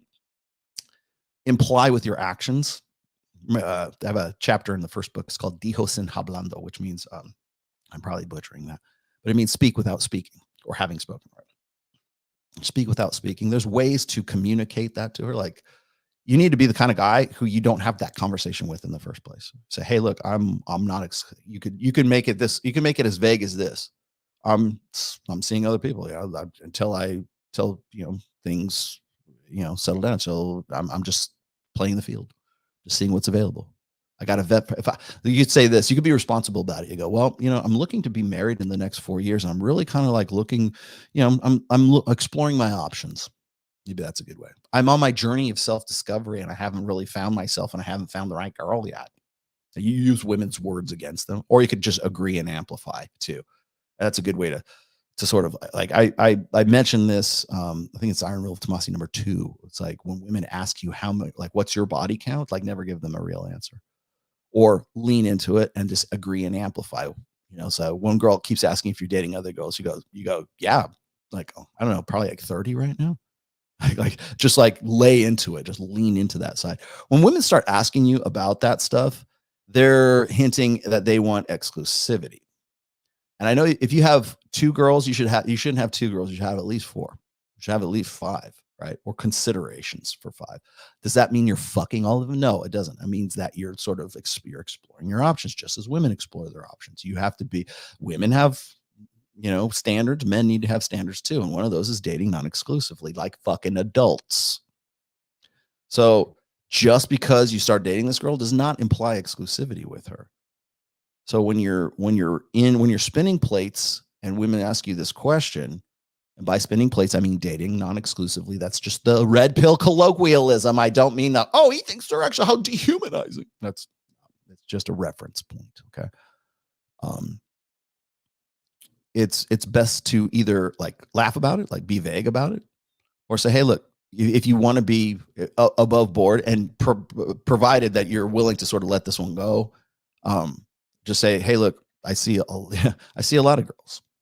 You don't have to ask if you're seeing other girls. You say, hey, I see a lot of girls, and just leave it at that. And if she has a problem with that and she falls off, then she falls off. See, that's what a lot of people, when I talk about plate theory, and plate theory is really just, you probably should name it something else. It's really just dating non-exclusively. It's like having a roster of girls. People say, oh, you're a player, blah, blah, blah. No, how come women can have a roster of guys and be able, they call that prudent, right? Oh, I got to pick from the best one. Well, guess what?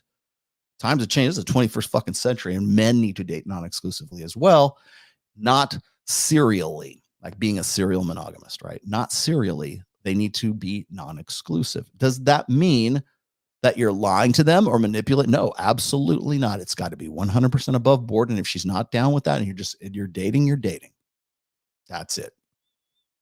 Was it that line from the Breakfast Club? Is like, are all these your girlfriends? And then Bender's like, some of them I consider girlfriends. Some of them I just consider. That's really the attitude that you need to have. And if you're high enough value, and I hope that you are, YOLO, then either she's going to bail and you accept that she's going to fall off, or she's going to be like, okay, well, I guess I better up my game. If there's basically what it is, it's a frame grab, but it's also a value exchange in all of that. Am I valuable enough for you to want to stick it out with me if there's other girls in the running? By the way, when you do that, it's going to stimulate competition anxiety and probably urgency and probably some jealousy. And there's nothing wrong with that. In fact, that's a good thing. I think it was Mystery who said this, is that women cannot fall in love with a guy, or they can't feel they can't have an emotional investment in a guy until they feel jealousy for that guy, because that means they have something to lose. I'm like, when I throw this out there, like when I've said this before, I'm just repeating Mystery in this case, right? I even asked him about this when Mike was interviewing him. I said, I asked him about the jealousy thing. And he's still 100% down, right behind that. It's kind of like when I wrote about dread in the first and the second book. Dread, I hate using the word dread because it has such negative connotations, but what really explains it as well is when women think that you have other options, they either fall off or they up their game. And that's where you want to be. You want to be in the position where they're upping their game, so that they're fighting for your attention, so that they're competing with other girls that they might not even know at all. It could even be just your job, right? If a woman wants you that bad and she doesn't get your attention, and it's not other women, it could be just your job that's taking you away from her, there's going to be at least a sense of jealousy. So jealousy is a good thing when it's in that phase. Okay. So women cannot fall in love with you, and they cannot feel an emotional investment with a man until they feel jealousy for that guy. So the way Mystery sort of describes it is sort of in the moment, right? So if you go and you invest in a girl and you do an approach, you're starting to develop a rapport with her, there's attraction, there's arousal between the two of you, and you do a push-pull tactic or whatever. I forget what the name is, right? You do a push-pull kind of thing, and then you move off to another girl, deliberately move off to another girl in the same social occasion. And if that girl follows along and tags along, you can see noticeable like signs of jealousy in her. Like, you have to watch for the nuances, of course. But if you see that notable jealousy, or she's trying to pull you away from that girl, she's invested. And that's that's short term. Like if you're with a woman and like she doesn't feel jealousy for you, what are you even doing?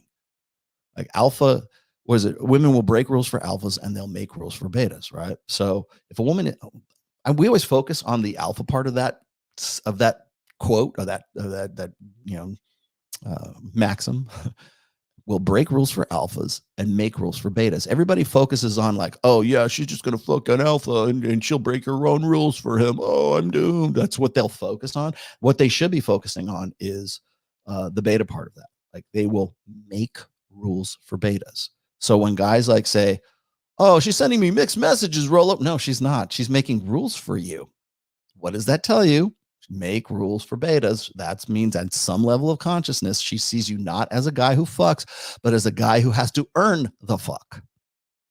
And guys get really upset I see this is a constant conversation, not only on Myron and Fresh, also on Access Vegas, but certainly I think most recently I've seen it on whatever podcast several times, where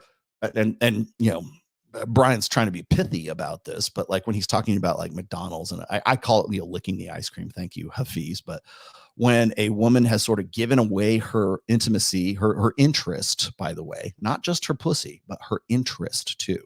I think a lot of people get hung up on the physical aspects of it. It can also be who she's trying to fuck.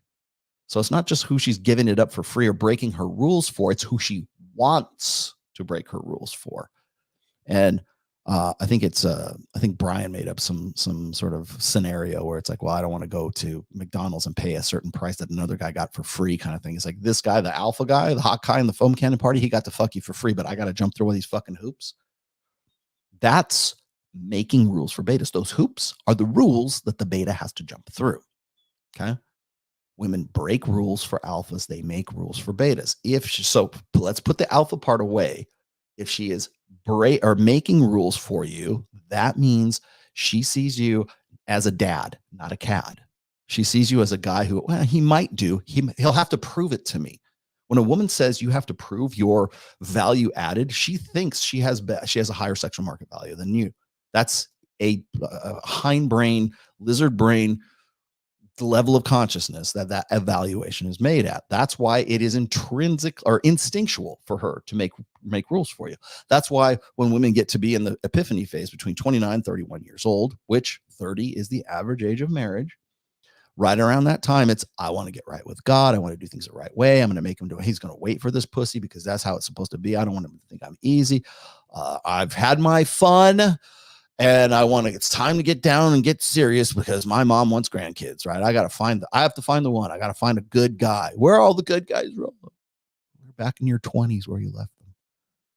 But that's the impetus there, because again, when a woman gets to be about 28, she realizes that the good times are over, or her sexual market value peaked and she's now on the decline, and again, I will explain this all to you just as a course of today's show. But when she gets to that point, that's when she starts making rules. Why? Because the guys who are good long-term prospects are guys she won't break rules for. The guys she will break rules for was when she was 23 and she was, backpacking through Europe, right? Or she was, the joke.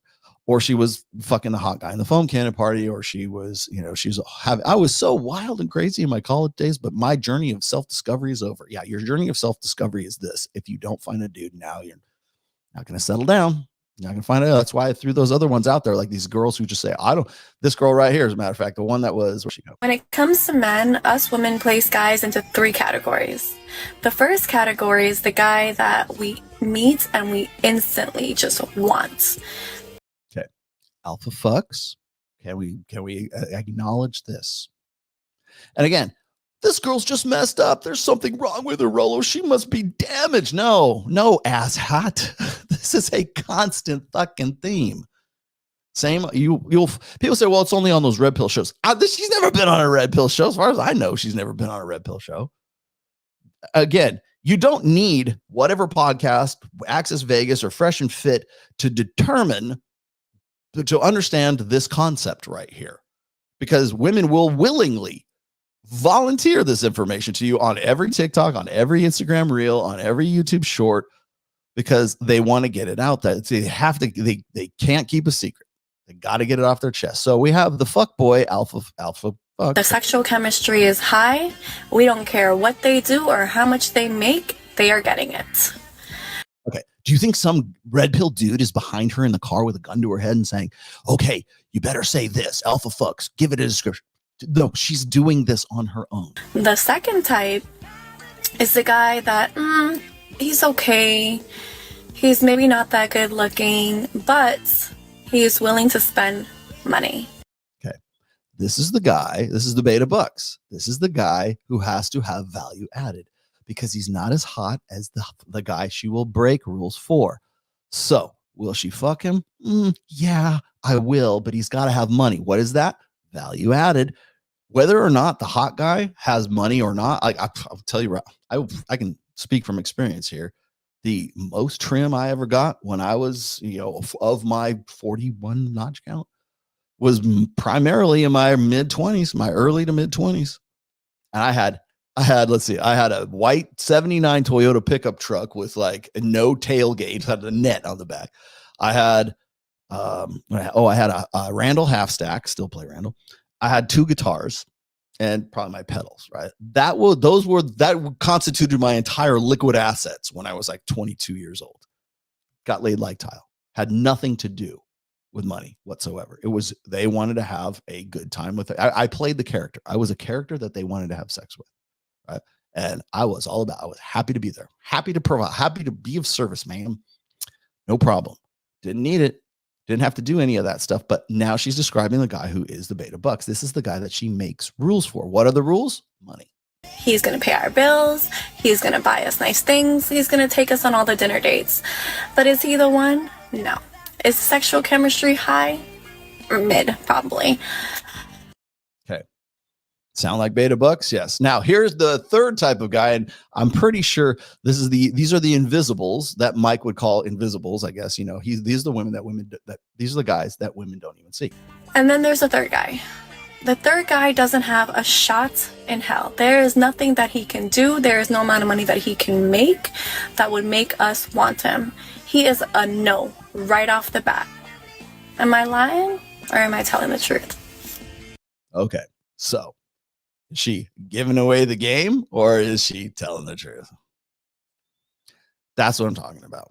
Okay, so when you're dealing with when women start making rules for you, when it's like you got to have a job, you got to have this, trust me, the frustration that most guys have, like prior to the internet, like I can speak from experience, in the early to mid 90s, like this was not talked about. That's why I call it open hypergamy, not like what it used to be, which was secret or concealed hypergamy, right? The hypergamy's been around. Hypergamy is just it's a subroutine, let's just say, that's running in the back of every woman's mind all the time. Whether they're open about it or they want to reveal the secret. I've mentioned this. I said there's a difference between a gold digger and just the average woman is that the gold digger makes the game of hypergamy overt. She there's no secrets about it. She's like openly saying, I want to fuck rich guys, right? Because that's where it's at. Now, will she fuck the pool boy? Yeah, probably. But like she reveals that a gold digger is just a woman who reveals the game. That's all it is. And she's overt about it. That's why women hate gold diggers, because like, oh, shh, be quiet. We can't have all these. I'm not as good looking as you. I can't have these guys thinking that, that it's all like this. That's why they get upset. That's why women hate gold diggers as much as men do. They'll use that as a form of shame. That's intrasexual competition. You don't want to get with her. She doesn't love you for you. She's not invested in you on an emotional level. She doesn't have, as Sadia Khan would say, she's only interested in your money, but she's not interested in real connection. Well, how do we qualify? Please qualify real connection for me. Real connection is fucking the guy in Cancun in the foam cannon party. That's the real connection. The guy you don't have to make rules for and you'll break rules for. That's the guy you want to have a real fucking connection with. Yes, got it. But when you reveal stuff like that and you openly talk about it, that's one I wrote. It's my second book. It's called Open Hypergamy. Right?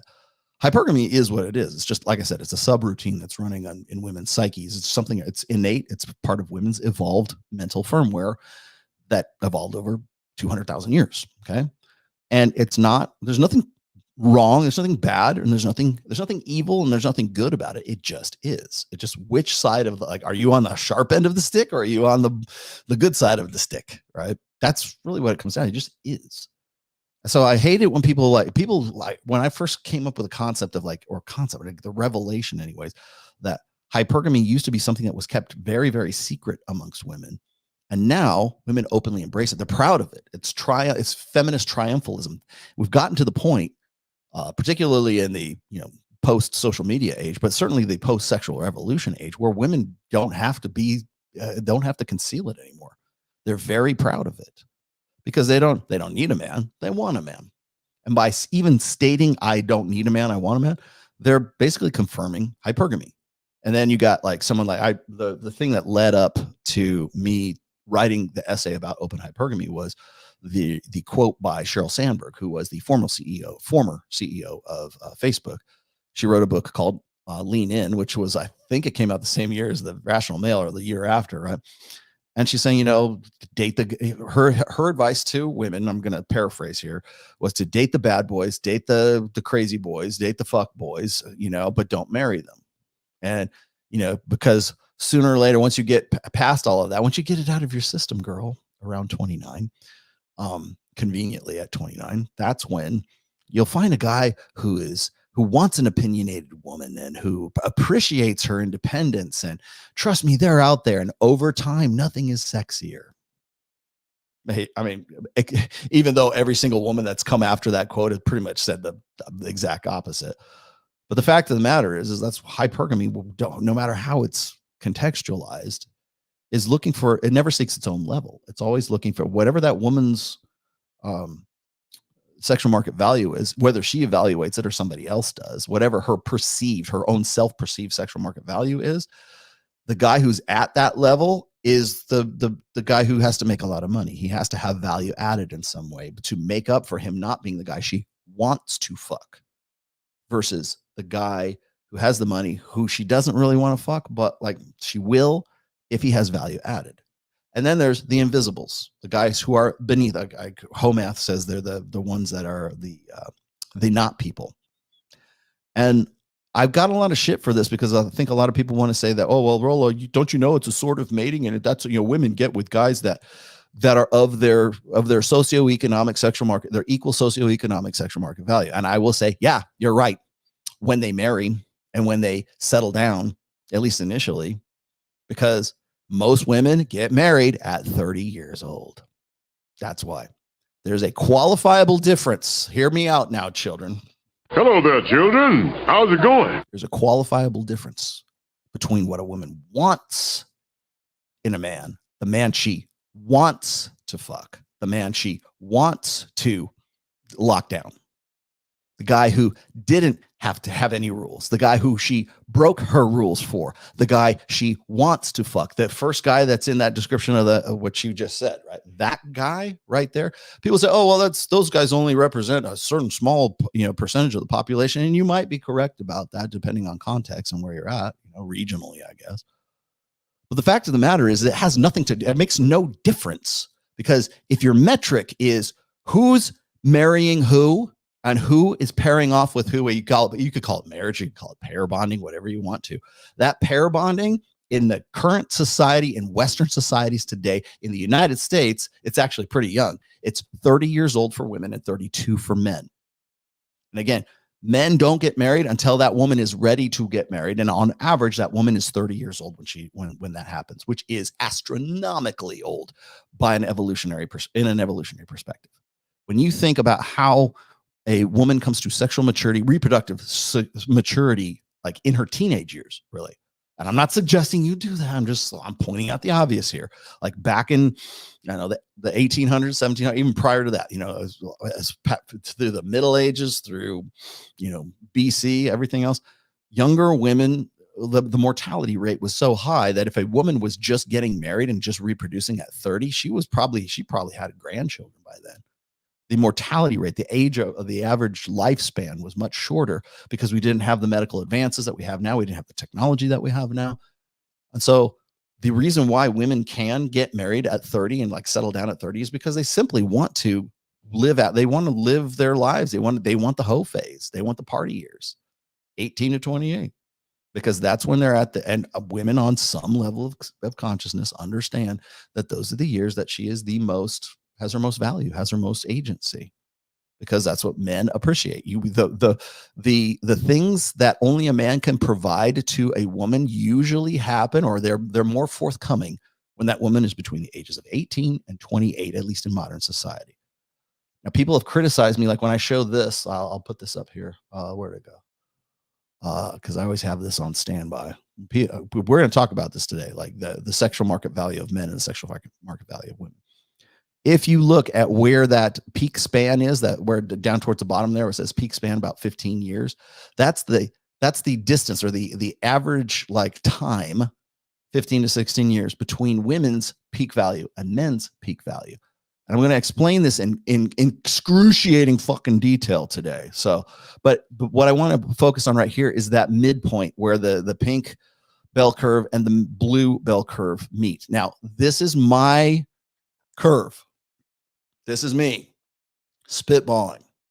Got it?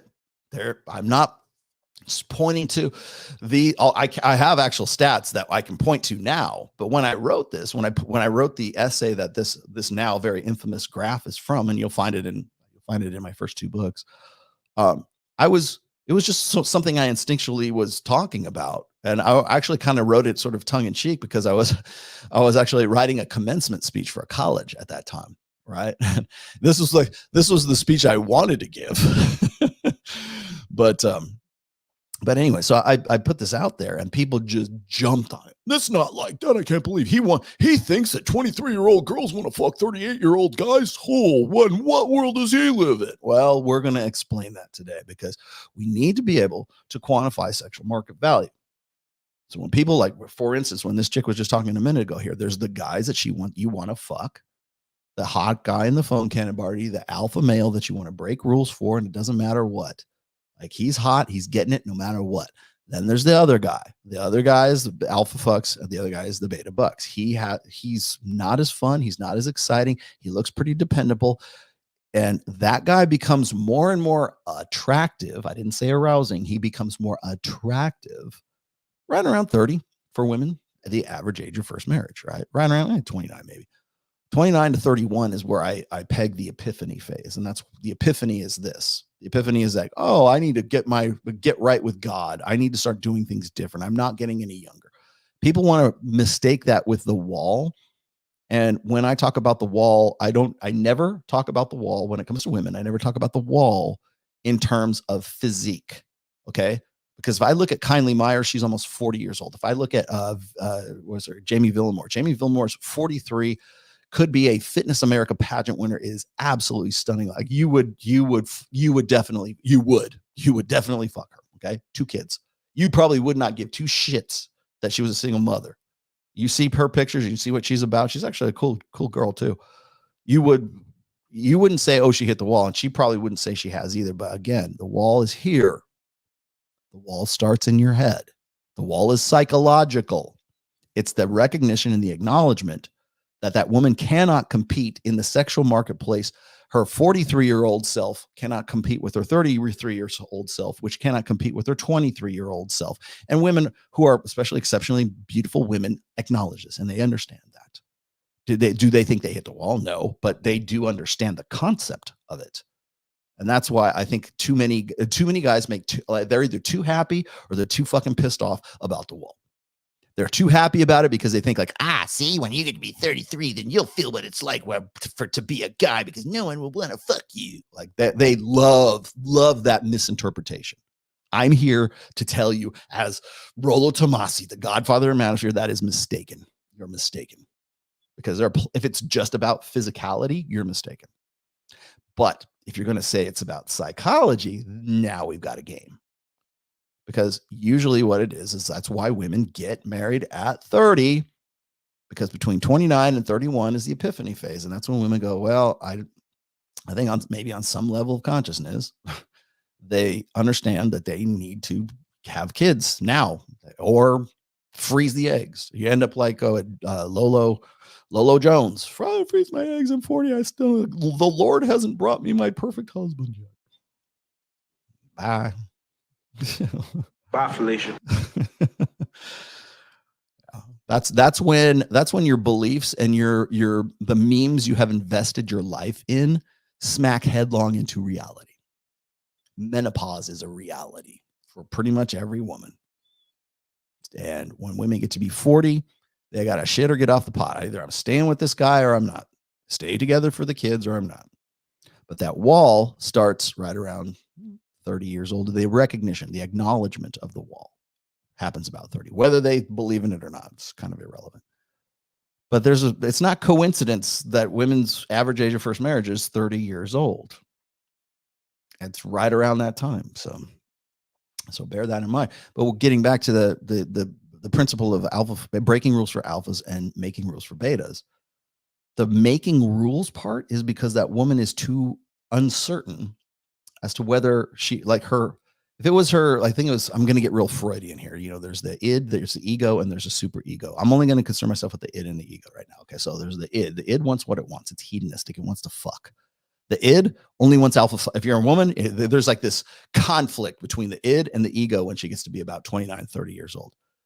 The id wants to fuck the hot guy in the foam cannon party. It knows what it wants. It's like that girl was talking about. There's those guys that you just seen. They're getting it no matter what. Doesn't matter if they have money. Doesn't matter if they're the pool boy. Doesn't matter if they're a barista. That guy's hot and I want to fuck him. Okay. Number one. That guy doesn't have to be a master manipulator either. He just looks good enough and looks like a good sexual opportunity. Like when I was in my 20s, I didn't set out to go, how can I manipulate all these bitches into fucking me? That never crossed my mind. I was a kid in a candy store. I had a look that they liked, and I was an experience they wanted to have. And that's pretty much how it went down. I didn't go, I wonder if we could just settle down and, we could find some good furniture at Bed Bath and Beyond and start a life together. That was the furthest thing from my fucking mind. So you don't have to be Chad Thundercock. You don't have to be Tinder swindler. You don't have to be the master manipulator that everyone wants to make these guys out to be. But you know why they want to? Because they want to find some way to apologize for the sexual appetites of women. That's why. So when people say, like, they'll hit me up and they'll go like, well, Rollo, you got to be 4.5% of the population to even get a girl to even look at you. Well, in the global sexual marketplace, that might be true. But if it looks good and opportunity presents itself, she will break rules to fucking alpha. She will make rules to get with for the beta to the hoops for him to jump through.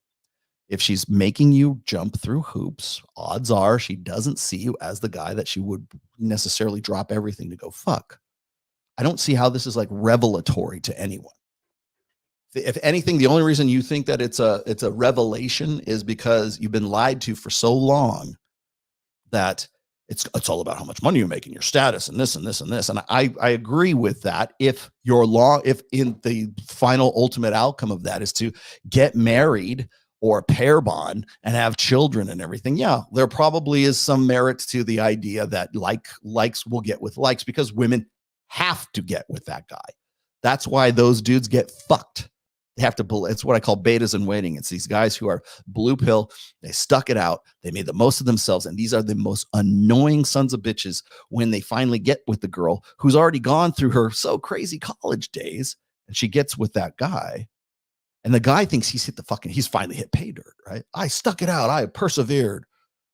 No, you were just, you'll do. You made enough money that she's like, well, I know I've acknowledged the wall, and now I've got to get with a guy who's sort of a man with benefits. So she'll fuck him, but not with the same enthusiasm as she fucked the hot guy in the foam cannon party in Cancun on spring break. She was drunk, he was cute, and one thing led to another. That's it. Hold on a second. Let me get to these other ones here real quick.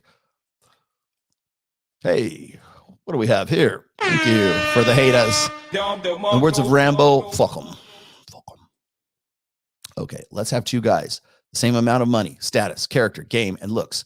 But one is 160 centimeters. The other was 190.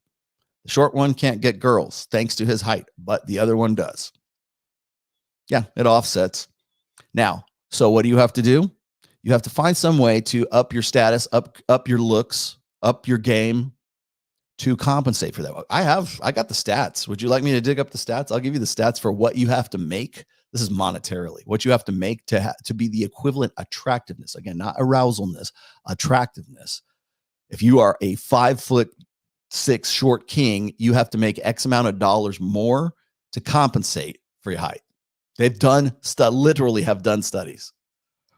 Rollo, are you familiar with Austrian economics? A little bit, in which Karl Menger also mentions economics as a praxeology. Yes. Is there a correlation between the red pill, especially with government interference, negatively impacting human action? No, that's not what I mean when I talk about praxeology whatsoever. Praxeology is just the like if you go and you look at the Wikipedia definition of it, I'm going to paraphrase here. Praxeology is the study of human behavior from what's it called? I could just go read it, but it's in fact, I think I will. I'm going to read it to you. This is the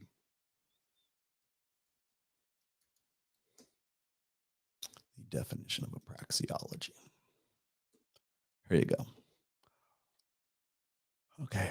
This is from Wikipedia. Don't take this as like the gold standard because it's Wikipedia, but from Wikipedia. Okay. Not to be confused with practice theory too. I need to point that out. Okay. Praxeology from the ancient Greek, meaning deed or action, and the logia, praxeology, or the study of. So deed or action and the study of deed or action is the theory of human action based on, it's the action axiom really, based on the, is the theory of human action based on the notion that humans engage in purposeful behavior, contrary to reflexive behavior or other unintentional behavior. Okay, that is the classic definition of a praxeology. That is the one I use. Red pill is a form of a praxeology. So is economics. In this, I think it's like Mises and Carl Menger, I guess, would also be part of that. So you can apply praxeological principles to economics. Absolutely, you can, especially when it comes to like understanding how, you know, people's purchasing habits and things like that. But this also, you know, macroeconomics and socioeconomics too, as well. Yes, I'm 100% familiar with praxeology as a term that is used for economics. Understood. But that's not where they got it. Praxeology is actually a study of human behavior, in that behavior is meaningful, and why are they doing, basically, why are you doing this behavior? That's the study of it. So when people say he doesn't know what a praxeology is, that's an economics term. No, it's not. It actually comes from classic Greek, and it is a form of understanding human behavior according to the action axiom that human behavior is meaningful and there's a reason why it happens. What is that? We're going to study it. That's the logia part of it. Congratulations. We just defined praxeology. Red pill is a form of a praxeology. I understand it. So do the macroeconomics guys. They understand it too. Praxeology, two different contexts. That's all. They're both praxeologies. Both can be true at the same time. I know, really. And I'm not coming down on you. I just want to clear the air there. We say the short one, oh, you can't get girls, so you're not alpha. I don't think that's fair. I don't think it's fair either, honestly. Again, alpha is not a demographic. Okay. Alpha is a mindset. It is not a demographic. Hell, you can look at guys who people will say this, if you're short and you have like an alpha attitude, like for whatever it is, they'll say you have short man's syndrome, short man's disease. No, you have an alpha attitude and you happen to be 5'6". That's really what it comes down to. And you got to, I'm sorry, men have to compensate in many different ways, not just buying a monster truck. Okay. Fuck a fancy car, drive a 2004 Chevy, just got a 2022 Gibson Les Paul. Okay. Dropping out of public university to join the real world. Tired of the adult children, gender floppy, vegan mentality, ill-dressed wearing men. All with hyphens in between all of that. Well done, sir. David, thank you for your 99 cents in Australian dollars. Oh, here you are again. Hi, Rollo. Love your work. Thank you for switching currencies. Love your work. Dr. Lisa Barrett proved Trump brain theory correct. Can you speak on this? I don't know who she is, so I can't really speak knowledgeably about that. You mean Trump derangement theory? I think I think that you can apply that to a lot of things. When people get like overly ego invested in something, like people will have especially when it comes into gynocentrism, people don't, there's a concept called women are wonderful. It's the women are wonderful dynamic, or women are wonderful phenomenon. So what it does is it predisposes people to having to like sort of give the equal and opposite reaction. So if I say something unflattering about women's nature, and trust me, I'm coming full circle.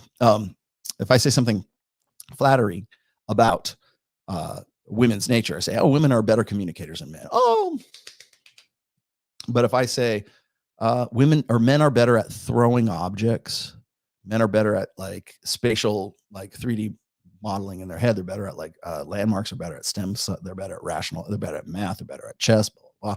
If I point that out and it's more or less true, or like Dr. Steven Pinker talks about this, like men are more interested in things and women are more interested in people. Just saying men are more interested in things. Oh, but women too. But what about women? But women are like things too. They there's a few of them, there's a handful of them that really like these things or that thing, right? The impulse, the instinct to have to say that is part of the women are wonderful dynamic. Men do it because they want to protect women. We have an instinctual male protector dynamic. For women, it's just to defend the sisterhood, right?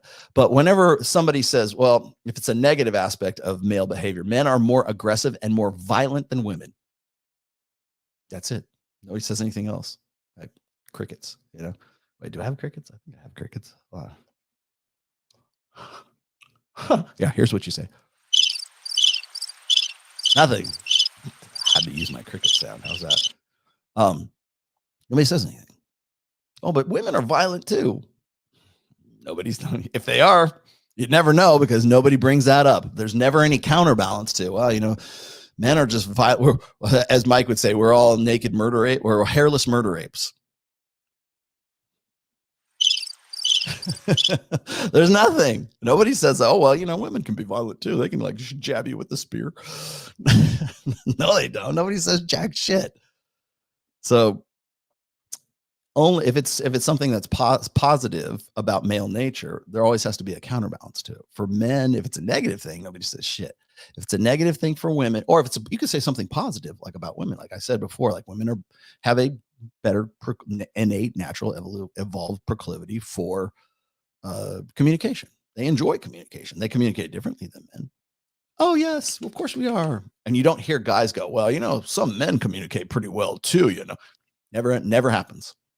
Because and by the way, this is a very well established sociological theory about we tend to take what women produce more seriously. Studies about women or by women that is in the positive, we tend to think has more validity.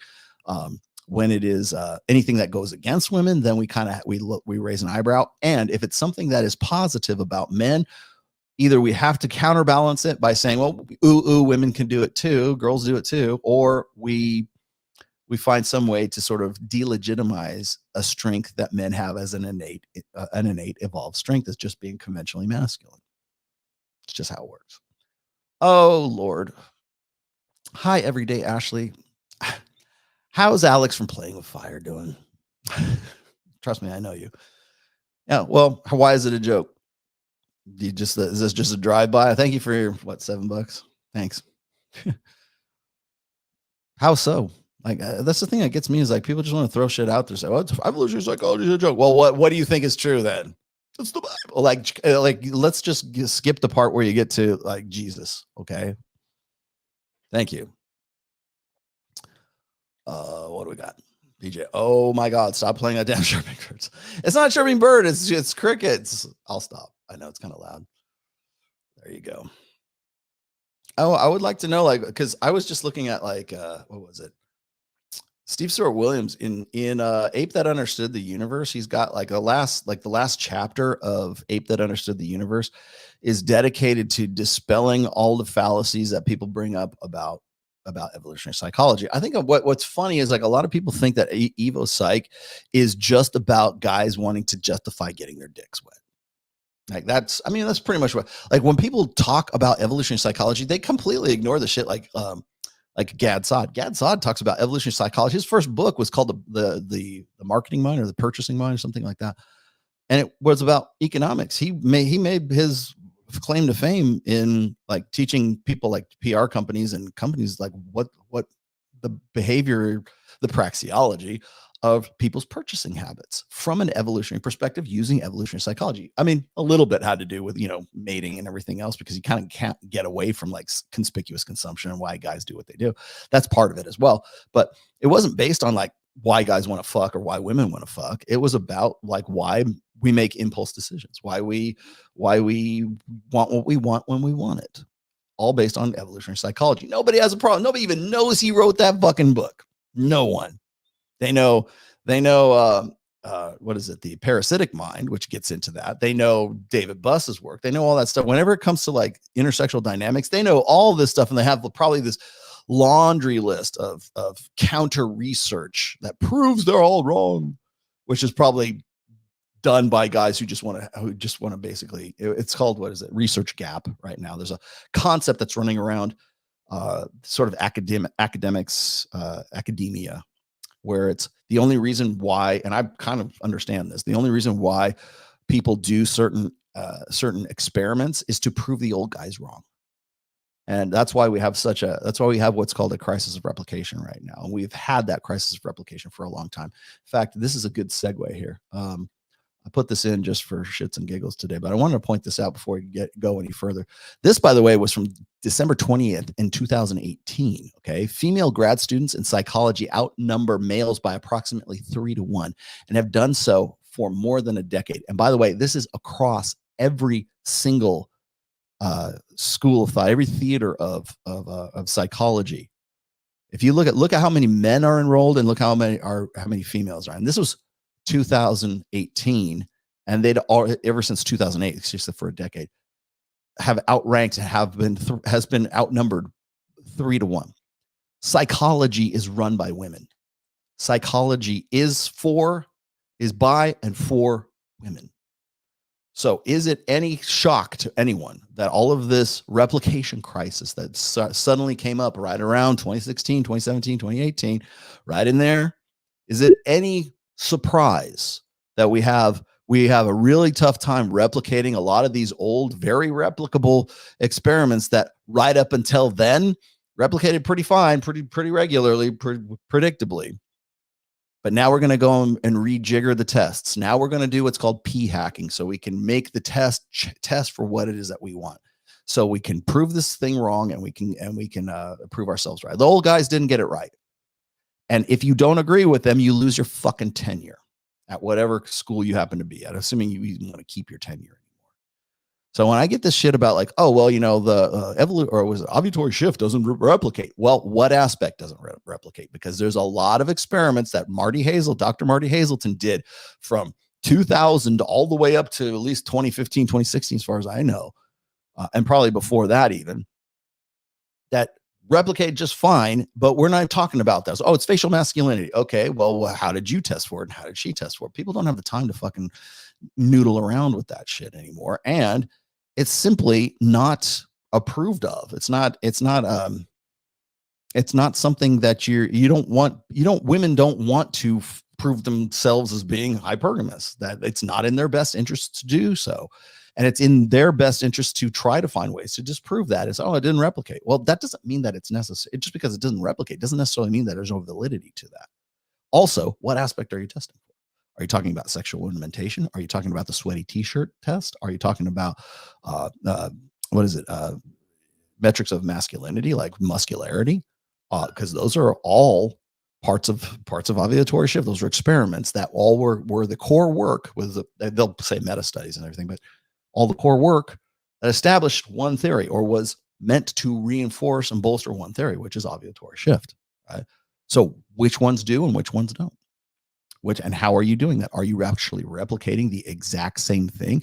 And if you are, then and the other thing is, no one asks, why isn't this replicating? They just find out, well, it doesn't, so we're going to leave it.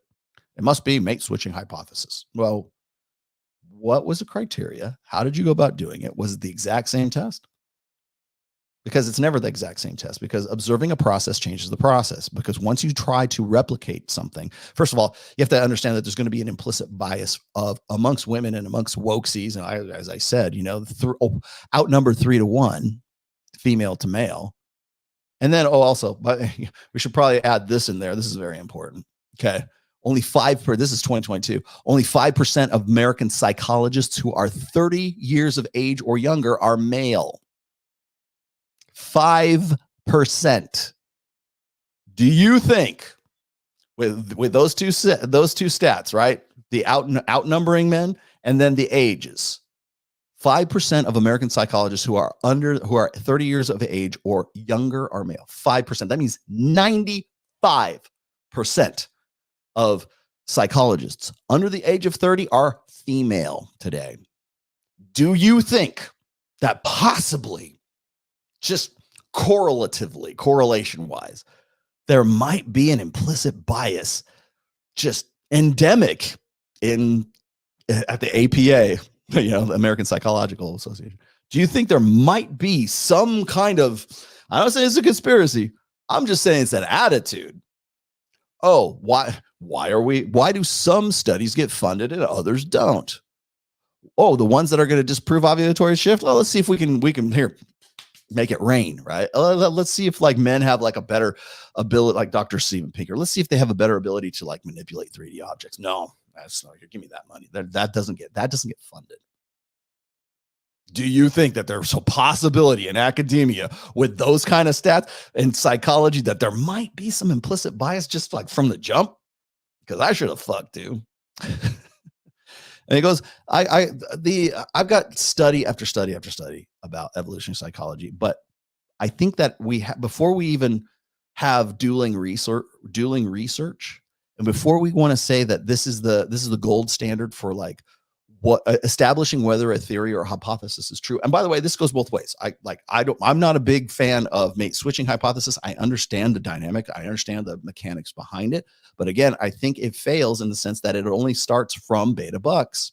That the only thing women are interested in is long-term with a guy to pair bond with and have babies with. And it's very popular right now because everyone wants to shit on the red pill and they want to say those guys aren't about family.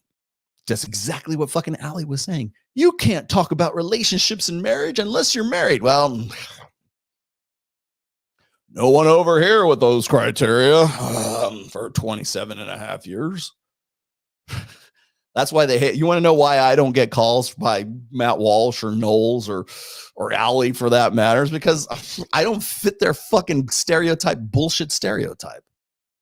I'm a godfather of the fucking manosphere. I'm the source from which most of these guys lift their fucking material. And then I say, well, if you're Pearl, it's just funny to me because it seems like she's kind of low key, like giving Pearl some heat about this. Well, you can't, because I've heard Tradcons talk about this before. You can't talk about marriage and family and parenting unless you're a parent, unless you're married, unless you're whatever. And clearly, Pearl isn't. I don't even think she's got a boyfriend. Good luck with that. But yet she speaks with a voice of authority, but not a voice of experience. Well, who has that? No, nobody. I guess nobody in the manosphere really meets those criteria. No, I guess we're going to have to move on. Shit. Yeah, that sounds like horseshit to me. Bye. Yeah, because they know they will get their asses handed to them. I have people. I actually had Miguel from the Danza Project ask me about that. He's like, why won't they have you on these shows? I go, well, because I don't fit the archetype that they need. I'm not the boogeyman they need. The boogeyman they need is Pearl. Well, I can't believe these red pill guys aren't about family. I can't believe they're not. Or how can she talk about family? How can she talk about relationships? How can she have wives school or whatever the fuck it is, right? But she's not married herself, so why should you take any advice from her? How I actually wrote a book, my third book, Positive Masculinity. 2/3 of that, the first 2/3 of that book is really about parenting. Hey, I've actually wrote a red pill book about parenting in 2017. Moving on. Let's talk about the bear. Let's talk about the bear in the woods. That seems hot. Jesus, man. I'm going to turn to Rodney Dangerfield. I get no respect. I tell you, I get no respect. But yeah, people really don't want. They don't like that. All right. What else we got here? You friggin' guys. All right, Sleeper. What do you got? Disregard last. Smash the crickets button. No, I'm not going to do that. How is the best man of the manosphere, aka Ed No, going? I already told you guys. He's going in for surgery again. They're going to put another plate in. Hopefully, this third time's the charm. He bent the first one. The second one I think came out prematurely because he refractured it after they pulled it out, and I don't think they let it stay in long enough. We got a different surgical team here in Las Vegas than we did in Reno. And if you're wondering if it's costing a lot of money, you would be correct. It's costing a lot of money. Like this round is going to be anywhere between $6,000 and $7,000. But Ned will probably be my last Greyhound, and there's no dog like Ned. So that, and I'm probably going to get a good healthy paycheck when we get a damages suit. Are there any new evil psych experiments being performed today? Yeah, I think there are, but you'll never know about them unless you're like really in that community, and usually you'll know about them after the fact. I think that's the problem, is nobody really, unless it's like a survey or some kind of research, nobody really broadcasts, hey, this is what I'm going to do next, unless you're following a Twitter account that happens to be Evolutionary Psychology. If you're looking at at particular personalities online, and usually they're on Twitter, they're busy doing the work, right? They're most of the time people doing research on evolutionary psychology or doing these experiments or the research or the studies or whatever, they're usually people who are a part of a doctoral program, or they're usually part of, they're not actually, unless they are like tenured and they're, actually a research psychologist, right? Which are few and far between. And as I said, 95% of them are females under the age of 30. And then 3 times as likely to be a female in all aspects of psychology. So female psychology today, I hate to say it, but actually maybe I don't. Psychology today, and I mean every field. It doesn't have to be evolutionary. It could be behaviorism. It can be what you call it, psychotherapy. It could be clinical psychology. All of that is completely dominated by females, and we don't have some Title IX program trying to say we need to get more dudes in this. No, that doesn't exist. Okay, so there are, but you would have to be in those circles to find out what they are. And then, like I said, most of the time, the only time you hear anything about evolutionary psychology is through people reporting it. That's why I followed Rolf Dengen. I follow Steve Stewart Williams. I follow Rob Henderson, who, by the way, do a pretty damn good job of keeping up on this, especially Rolf Dengen. He's actually one of my primary sources, but there's others. I follow David Buss, of course. Everybody drink. There's other people that I have in my list. I have a list of people that I follow that on Twitter, so that I'm made aware of stuff like this. Red Pill has ruined my many song lyrics. I'm sorry, there is a downside. The Boys of Summer, yeah. Remember was it the Fugees, or I forget who did it. There's actually a much better cover of that. I think it was the Fugees. I'm not sure. Boys of Summer, yeah, I get you.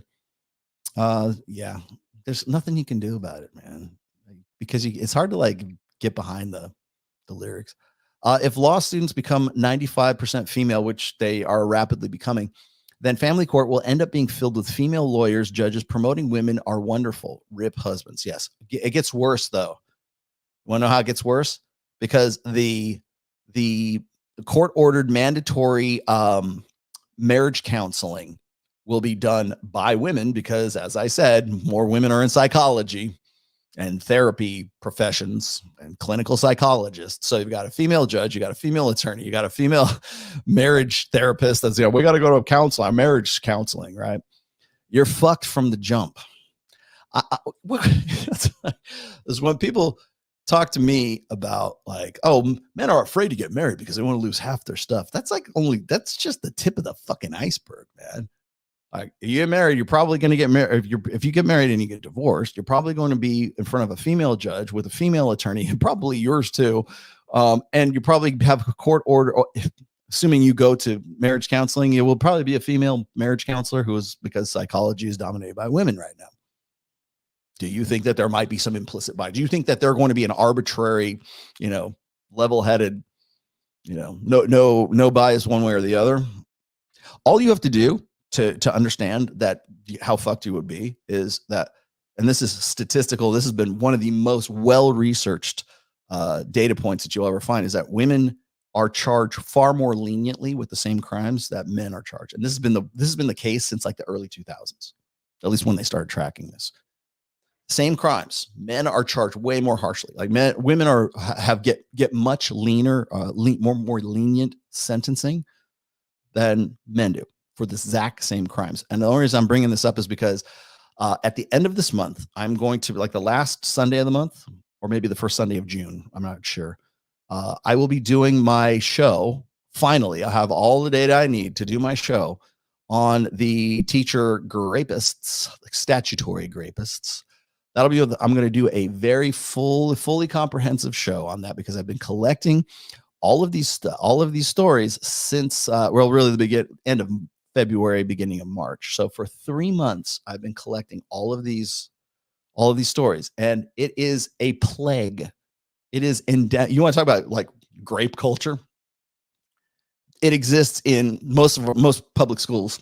It's not men, it's women, and they all fit a certain profile, and they all fit a certain look, physiognomy, and they all have, there's definitely indicators of a woman who is more likely to want to get with her underage, male student, usually male. There's a few. There were 2 of them out of all the sets that I've got. 2 of them actually got with girls. But it is common enough that over the course of the last 3 months, I'm looking at probably at least well, May's not over yet. I think I've got at least 30 incidents right now in 3 months. So you're talking an average of 10 a month. Individual, like separate cases. All of these are new cases. I tracked the dates that they were released or that they were arrested or whatever, booked. So, lady, and I love to get in this because people go, well, it's mostly men who are doing this kind of stuff. And I'm like, no, it's not. Because again, I'm getting back to the girl world analogy here. If you look at the number of women who are in education right now, especially when it comes to like in middle school and high school, I want to say it's 78% female in the United States, in the US anyway. Some of these are like UK stories too, but in the United States, I want to say it's 78 or 7, it might even be 80 since I looked, but I have this infographic about why aren't there more men in education. I looked this up, by the way, after I did the show with Dr. Richard Reeves, because he's like, well, we need to get men into education. We need them to be teachers, which is a real tall order, Rich.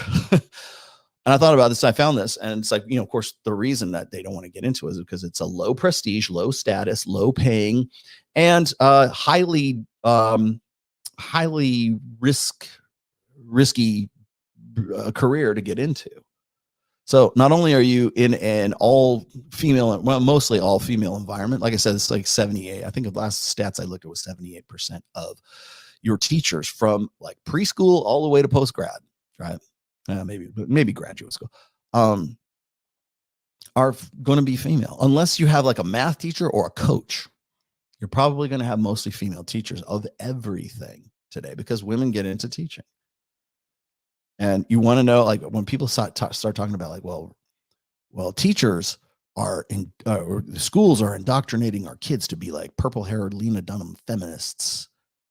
College is just a feminist indoctrination camp. Like, well, yeah. Well, look at the gender skew of teachers, and you will understand why that is. You think it's guys that are doing that? I don't think so. I don't know, maybe there are, but like not to the. It can't be to the degree because there are far more teachers that are female in grammar school, middle school, high school, even at least community colleges and regular graduate colleges, right? So statistically speaking, there's going to be more women that are teachers than there are going to be men. So obviously the skew is going to skew towards women, but nobody makes a big deal about that. In fact, you know what they do? They go, well, you'll get this response. Every single one of these Twitter threads is like, well, where was she when I was 15 and I was a sophomore in high school? I would have loved a girl to fuck me like that. Well, you were probably a fat fuck back then and you're a fat fuck now, and she probably wouldn't have anything to do with you. So that's number one. And number two is that's the completely wrong attitude to have, because if we're going to talk about an equal standard of justice, there is a separate standard of justice for women and men. Men send an inappropriate text, they lose everything. You spent the last 10 years becoming a teacher. And you had to learn how, whatever your subject is. Then you have to learn, you got to get your teaching credentials, and you have to learn how to teach. You have to learn all this shit. You have to protect yourself. You have to make sure that, and then how much are you spending on, let's just say for sake of argument, you're spending money on student loans and everything. You have an investment for a very low paying job, at least to start with, and a high probability that if you get any kind of reprimand for sending, even like looking the wrong way at a girl, you don't have to do that. They can just ruin your life if they want to, because they say, oh, Mr. Tomassi was looking at me, made me feel uncomfortable. Bye. And you never get a job again. In the last, 8 years that you spent to get all those credentials and get that master's degree in teaching U.S. economics, whatever the fuck it is, bye.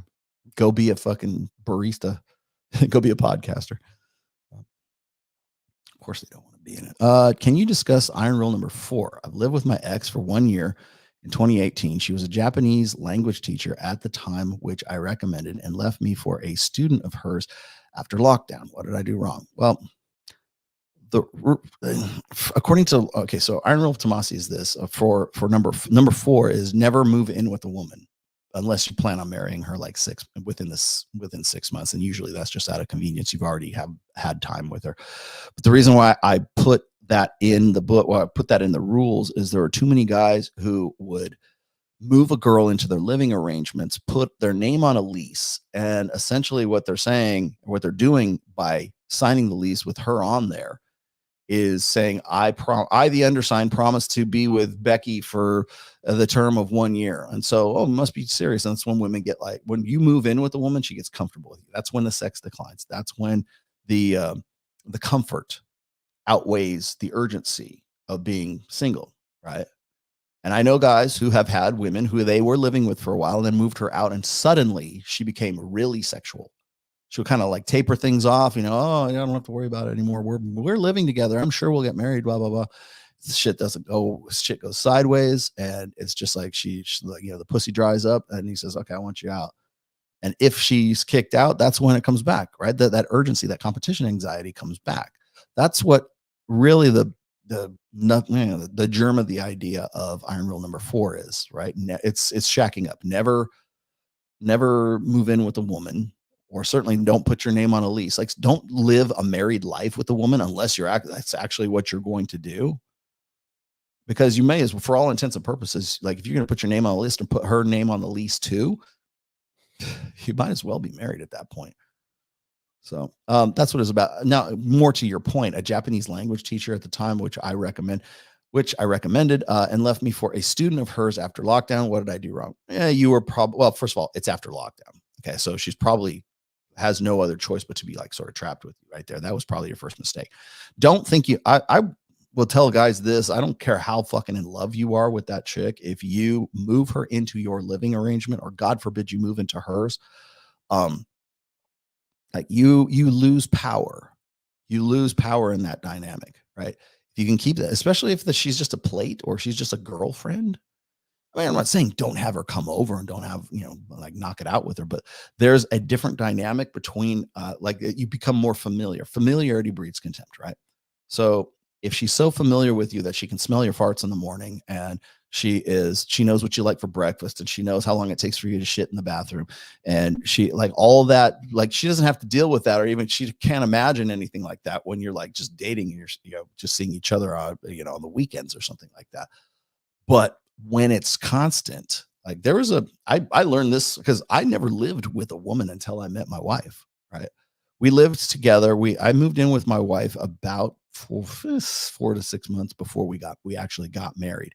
And at that point we knew I'd already proposed. I knew we were going to get married.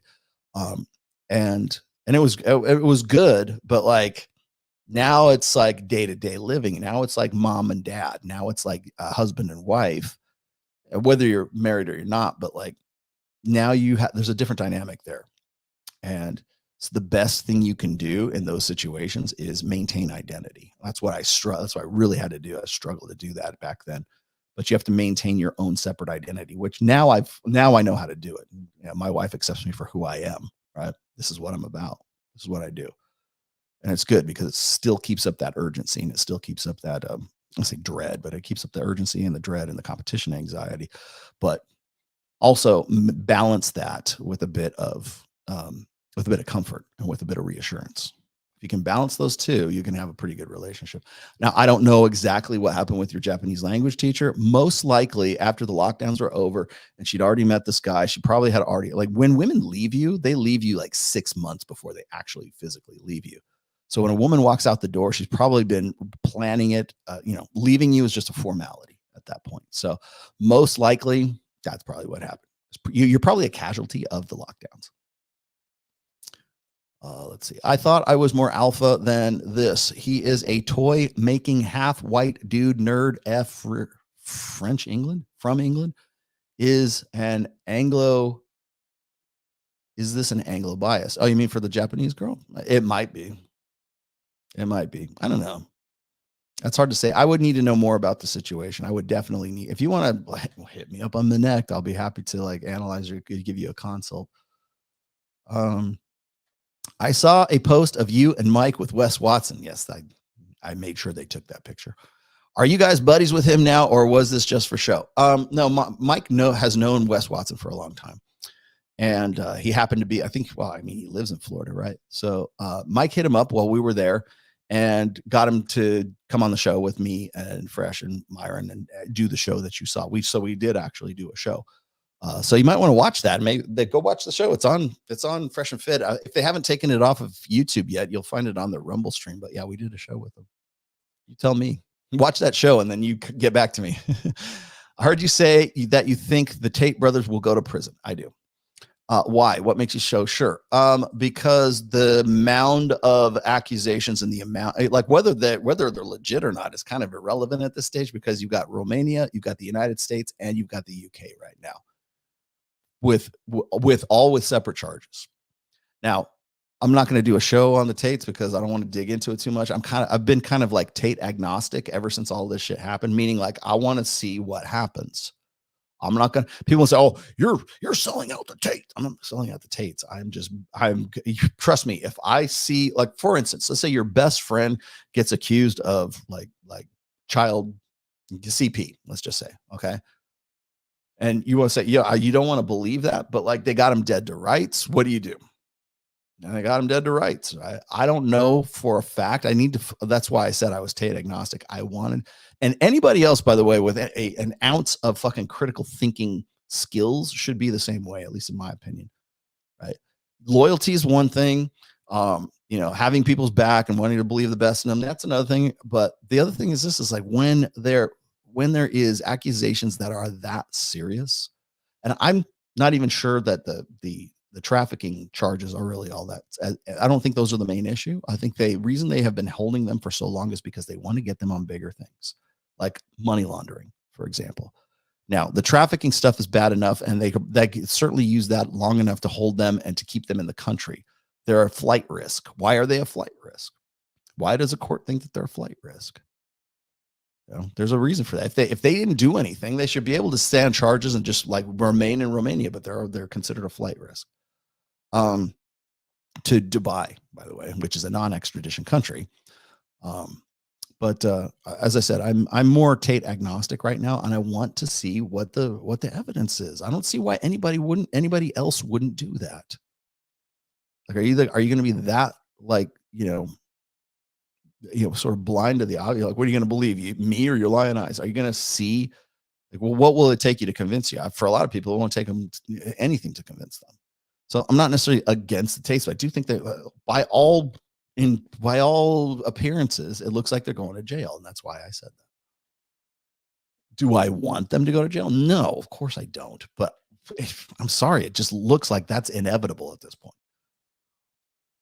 When people say body counts for men and women are equally bad, refer them to the chucklers who wish they were raped by 20-something-year-old teachers. Yeah. It's just as bad as people would be equally outraged. Yeah, you're probably right. Kosher clinician, the kosher clinic. Rollo, I'm a licensed therapist out of North Carolina. A friend of Dr. Thunder. Oh yeah. Told him I would reach out to you. I would like to collaborate with you on this matter. Thanks, Kosher Show. Yeah. Hit me up. All my contact information is in the description there, Kosher. So just hit me up. I'll be happy to get back with you. And let's see. If you do a show with Wes, you got to do a show with Pearl. Why? Pearl didn't, like, Wes hasn't fucked me in any way. Okay. Like Wes, what you see with Wes is what you get. What you get with Pearl is not what you get. Pearl, like I said before, I need to reiterate myself with Pearl? Just because I did a show with fucking Wes means I got to do a show with Pearl? No, absolutely 100% does not mean anything even remotely like that. Oh, you did something out of character.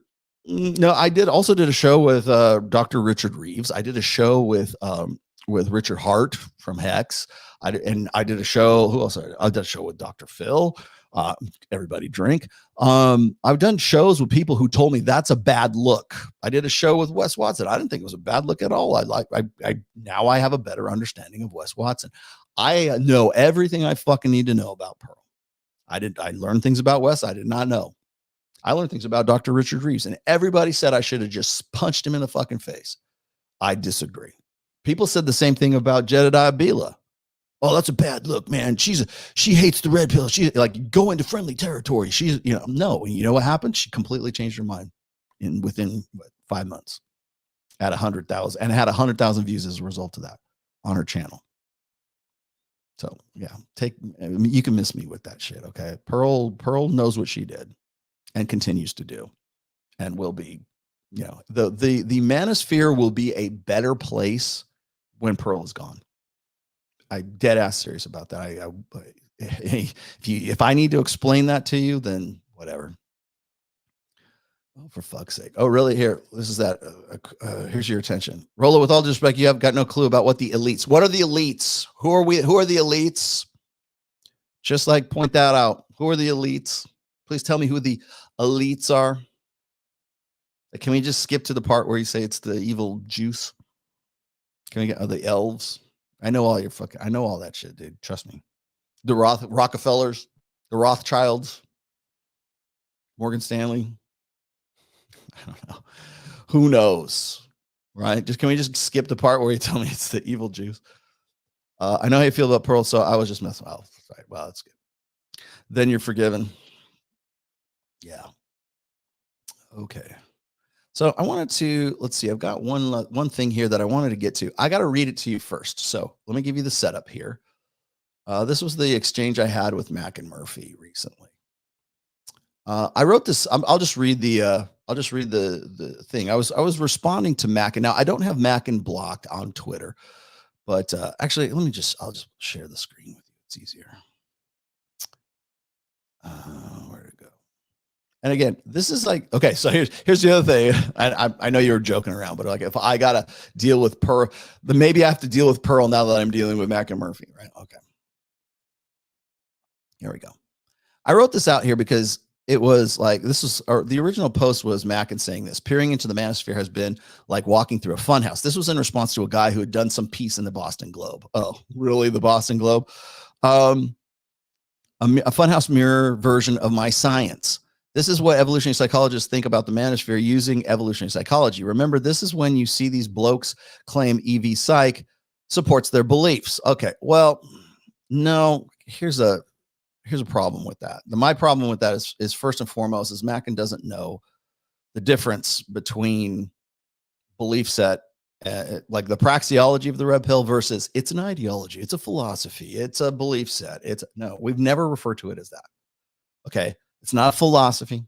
It's not a fucking religion. It's not a cult. It's not a ideology. Let's see. Let's find these other words that are all synonyms for belief. Okay. That's the thing. Now I want to start from the rip here, because this is the basic premise: is guys like Mac and guys like Alex from Date Psych, and by the way, there's other people. I'm pointing out the most usual suspects here, because I've had to answer this question probably a good 10 times over the last 20 some odd years. And usually it was me writing about it in a blog or something, because there's some blogger or somebody who someone had a beef about something I said. And again, the idea is that the psychology exists, or the research and the studies exist. And so we're going to try to force fit it into a pre-existing psychology, or a pre-existing ideology. And the reason why they believe that is, first of all, they think they can attack it because we think it's a philosophy, or it's a way of life, or it's a movement, or something like that. Like anybody worth their salt in the red pill, and I will name names if you'd like. I could tag certainly Aaron Clary on that. I could tag Ryan Stone.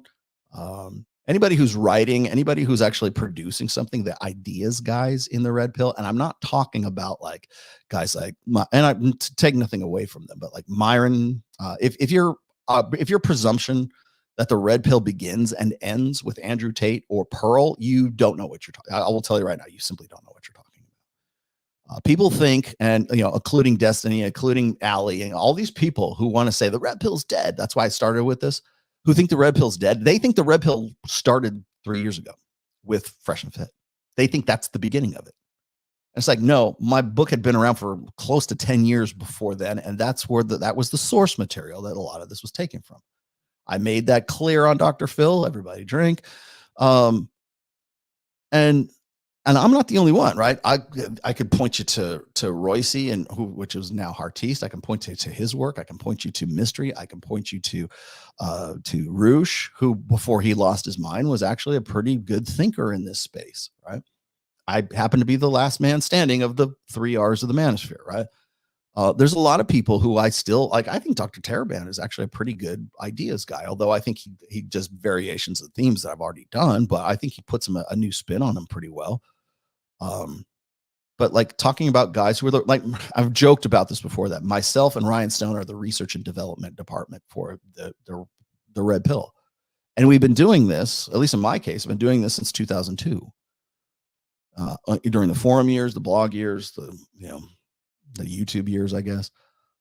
And I think the biggest mistake, as I said before, is one of the biggest mistakes is to presume that the red pill is just some movement that cropped up about 3 years ago with Fresh and Fit. You don't know what the fuck you're talking about, period.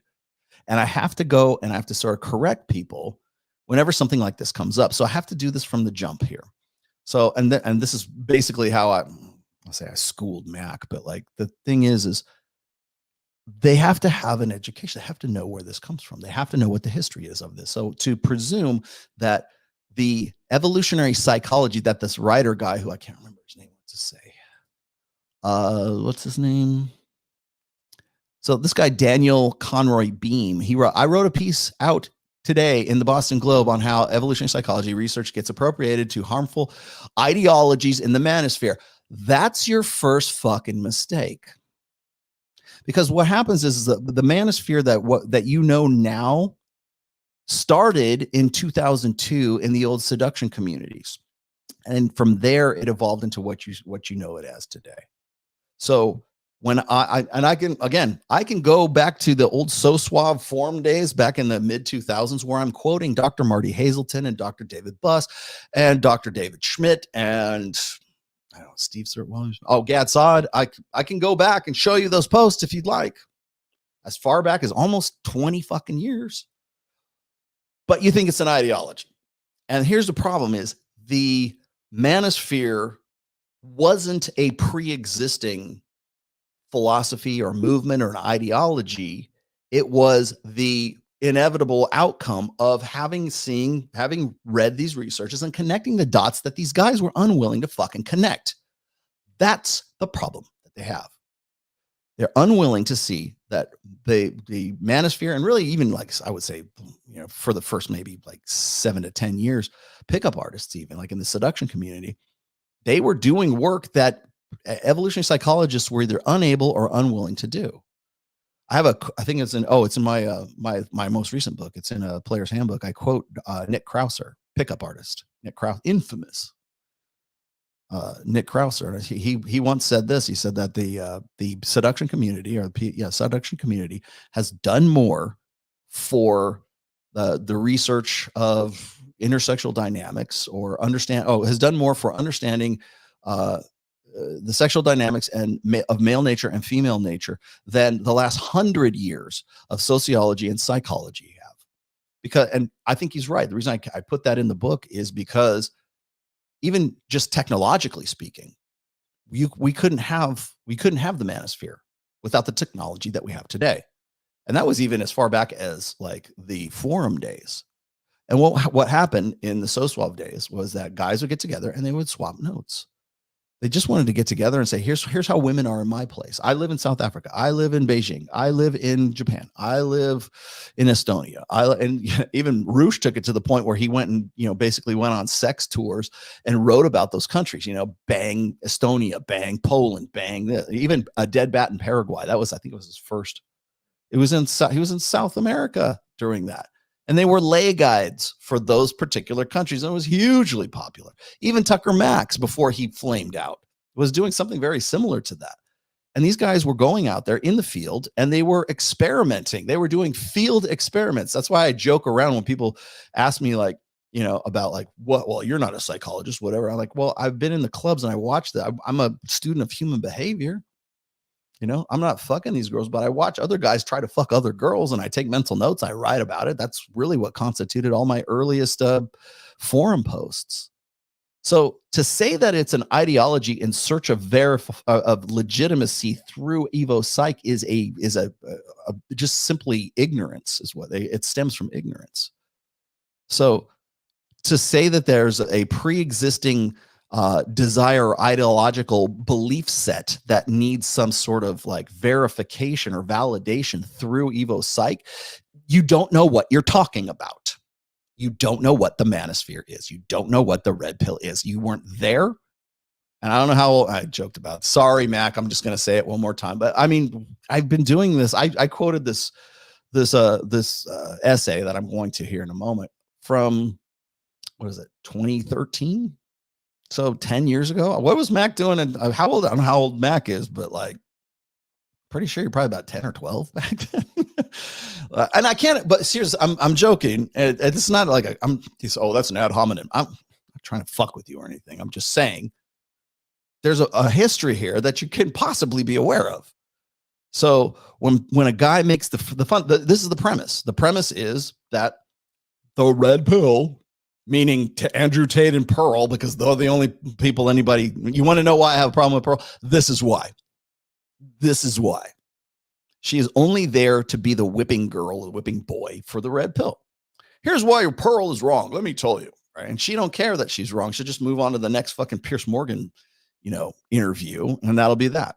She's just there to make the red pill look bad. She's just there to be the punching bag for people who want to punch the red pill.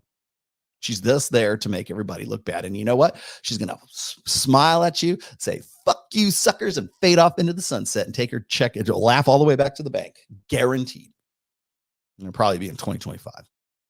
Maybe after the election. Who knows when?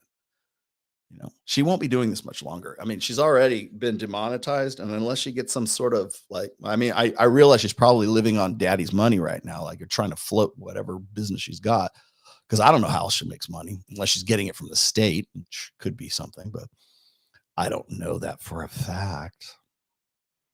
But long and the short of it is I don't know how she's turning a buck unless she's getting paid speakers fees for going on Tim Pool, going on Fresh and Fit. She's probably got, I would, if she hasn't got a contract with Rumble yet, I'm sure she's probably going to get one, but she can weather the storm longer than Myron and Fresh because she's got rich parents. So, but again, the idea that Andrew Tate and Pearl and even Myron are like the beginning and the end of the red pill. If that's all you know, then yeah, I can totally understand why people would think the red pill is over. Totally. I hope it is. I hope it is actually over. I hope we can reset after this. I hope we can clear the board on November 6th. And then like by January of 2025, me and Mike will still be doing what we're doing. I can guarantee you that. And I will not be red pill adjacent because Rollo can't leave the red pill. No one will believe that. I might start a fishing podcast. I think I would be good. I subscribe to fishing podcasts that are like 8.5 million subscribers. Like fishing videos will completely outclass the red pill. Any self-help shit, trust me. That's what I ought to do. So getting back to the point here is when evolutionary psychologists want to come and shit on the red pill, it's like the topic du jour right now. Well, they're abusing my science. Your science? I thought it was supposed to be like critical analysis. Because by using that terminology, it sounds to me like you're the one with the ideology. I'm not talking to Mac. I'm talking to the guy he's quoting here. That sounds like an ideology. They're abusing my science. Observing a process changes the process. Right? If it's your science, then it's your belief set versus their belief set. And again, as I said before, the reason why people put the red pill into ideological terms instead of praxeological terms is because that's the only way they can fight it. I don't think the same goes for religious people, moralists, as well as guys who are quote unquote scientists who want to come at the red pill. The story stays the same, right? They have to put the red pill into ideological perspectives because that's the only way they can understand it, because they don't know the history and they don't care to know the history of the red pill. And they will never do the homework so that they can understand it, because that doesn't pay the bills. That doesn't make for a 45-second short or a TikTok video or some shit like that. That doesn't work. And people don't care about that. People don't care. Like, I got to say this. One thing I also learned from Wes Watson, and Wes Watson's very one-dimensional, but you know what he was right about? People don't read. Same thing as Marquette. They don't care. They want you to kick them in the ass. They want to tell you, stop being a little bitch. Like, that's the solution to everything, right? It's the same thing here. Right? It's an ideology. Well, the only reason they want you to think that the red pill is a philosophy or an ideology, or it's a practice, a best set of best practices, is because that's the only way they can understand it. They think it's a cult. They think it's a philosophy. They think it's a way of life. And why wouldn't they? They've got Tate as an example. They've got Pearl as an example. Well, Pearl's trying to tell her advice is that we shouldn't let women vote. That's what the red pill says. I have never fucking said that. I never will fucking say that. I would never vote for a female president. That's for damn sure. But like, I'll tell you this, it's like, I've never said women shouldn't vote. I've done all kinds of political shit before, but we're not going to have that conversation because they don't want me on those shows to fuck everything up for them. So the red pill has to be a philosophy. The red pill has to be a belief set. That's all this comes down to. And in this case, instead of the religious context, this is the quote unquote science-y appeal to academic authority, the narrative, right? So my science, that sounds a lot like my religion. So it's my beliefs. My beliefs is evolutionary psychology. Okay, we're established. Thank you. Let's move on. Set up. Okay, so this is like, and again, this was a good exchange. I don't like, people think I have a problem with Mac, and I'm kind of like, I don't know, maybe change my opinion of him a little bit here. But so anyways, he put this out there and I wrote this in response. Evo psychopologists are long on rhetoric and short on specifics about the manosphere. Ask them for an example of how Evo psych is being misinterpreted, and they'll refer to you to a 45-second TikTok video by Pearl. The reason I say this is because they'll always bring, like Mackin has done this himself. He'll say, yeah, well, they always come back to the body count thing and talking about how women always are more likely to divorce if they have a higher body count. But what about men? What about men, right? Remember, women are wonderful. That's another prime example, by the way, of the dynamic I was talking about. So there's always this jump to the defense of women when in fact, like, it might, the context of the conversation might not have included men, but there's always a pretext that there must be an equal and opposite reaction. If it's good for the goose, it's good for the gander, right? And that's really where he when I first discovered Mac, and he had was some video about like talking about how like body counts and how those red pill guys, then flashes my face and flashes, Myron's face on there without mentioning our names. Now, granted, he does, but he's kind of hypocritical in this next thing. So anyways, and I threw this one out there. I said the red pill connects the dots that academics are unwilling or unable to connect if they want to keep their tenure. I actually wrote about this a long time ago. And then, of course, I quote Nick Krauser once again, 15 years of game/red pill has advanced our understanding of intersexual dynamics and human nature further than the last 100 years of psychology and sociology. Why do I say that? Because pickup artists didn't have any scruples, right? They weren't bound by any code of ethics that research scientists were supposed to. That's why I always joke around and I say, my own observational studies is I feel like I'm Diane Fossey or like, Gorillas in the Mist, they're watching, the humans are trying to mate, So then Mackin fires back with this. He says, well, that's not true. I've been very specific about where common manosphere ideas diverge from evolutionary psychology. Okay. I've heard you say that I prevaricate when I critique your ideas, but here's a specific area where you and I discussed in detail with no attempt to misrepresent you. Attempt. You still do, but it's an attempt. Okay. Now I wrote him this very long response to this, but before I get to that response, I actually have the audio video that he was talking about. So I'm going to play this and I'm just going to riff on it a little bit before I get to the meat of this. So let me grab that real fast. And it's this one. Now, Mackin has a podcast. I think probably half the reason I never saw this was like from 3 months ago. Mac doesn't have all that big a YouTube footprint. So this is probably why it never showed up in my feed. Ergo, I never answered this, and I didn't even know he had done this. So I'm gonna bring this up. It's all audio, so I'll just put it in the sidebar here. I was at a conference in London early. Okay, so this is the beginning of it. Species, I guess, is the name. So there's your plug, Mackin. And of all these guys, I probably would like to see hit like Mackin. If you want to come to Vegas, please do. I would love to have the conversation with you here in Vegas. Now, I believe it starts right around the 21-minute mark. I think this is about it. Okay, so hopefully I got it right. I think I tagged it. Never hear someone put the estimate that high. And that's still a 10th of what these guys say. They're off by an order of magnitude. Another example. You'll hear many manosphere blokes, especially red pill guys, claim that men peak in their sexual market value. That's their word for mate value. Okay. No, it's not. The reason why you think that is because you don't have the depth of experience to understand what. I'll give you I brought up the where is it? There it is. I brought up the background for all of this, that my essays on sexual market value, but I'll let him finish. In their late 30s, while women, for their part, peak in desirability in their early 20s. Okay, more specifically, this right here. So let me put this up. This is where he's drawing it from. Now, this is from a post. This is, again, a post I did back in 2014. No, it's been earlier than that. I think it was like 2011 or 2014, or who knows. Anyways, I did this when I was just writing on the blog. It ended up making it into my book, of course, and then actually also Preventive Medicine, my two books, my first two books. So this is really what he's referencing here without really referencing it. But this is the very loose sexual market value bell curve.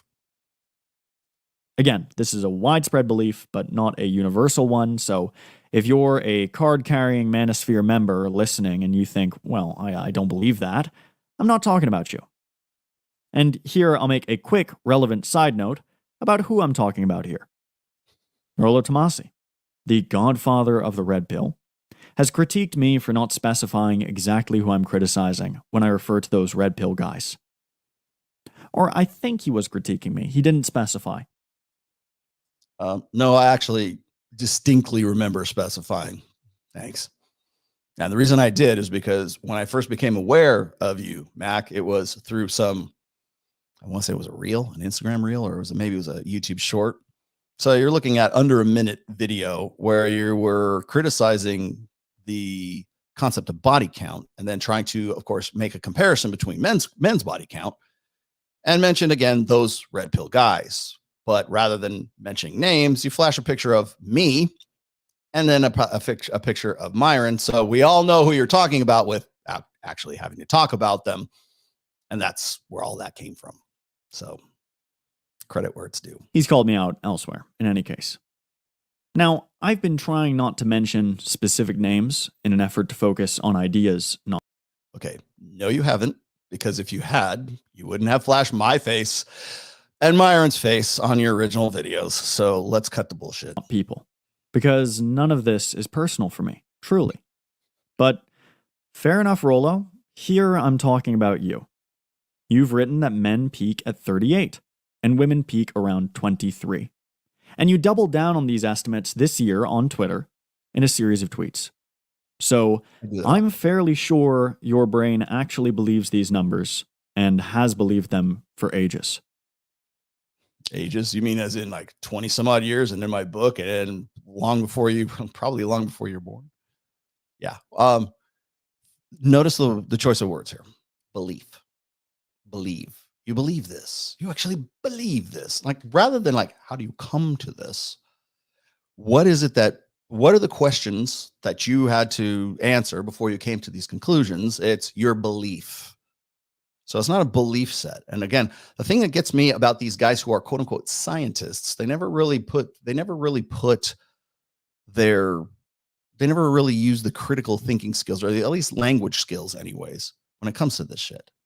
So it's already cast in a particular, I mean, and maybe it's because it's just an entertainment podcast. I don't know, because I'm not really familiar with species. But again, we're already using language of it's an ideology, it's a belief. You actually believe this. Again, this is not personal. I just care about facts. But it is personal. Again, you used our pictures. I'm happy to say your name when fact checking you, even if I'm sincerely surprised you want me to. Say my name. The standard manosphere estimate of what age a woman's interest for men peaks is quite reasonable. In my part of academia, it's pretty widely accepted. But the red pill meme that men peak in mate value or sexual market value 15 years later is an old man's fantasy. Okay, so now it's an old man's fantasy. So now we're using emotional language. Okay, rather than sticking to facts. Now it's got it. Now who's doing ad hominems here? Okay, but I understand. Let's keep going. I've actually addressed this already, but we'll keep going. Nobody I know of who does sex research believes anything like this. Why would they believe anything? I thought it was science and not belief. Women in their early 20s. That is to say, as manosphere blokes would probably agree, women at their peak selective power almost never select men that old. Okay, now we got something to finally we got something to work with here. Okay, so I'll just read what my response was to this, and I'll see if I can riff a little bit on this and let you guys know what I was talking about here.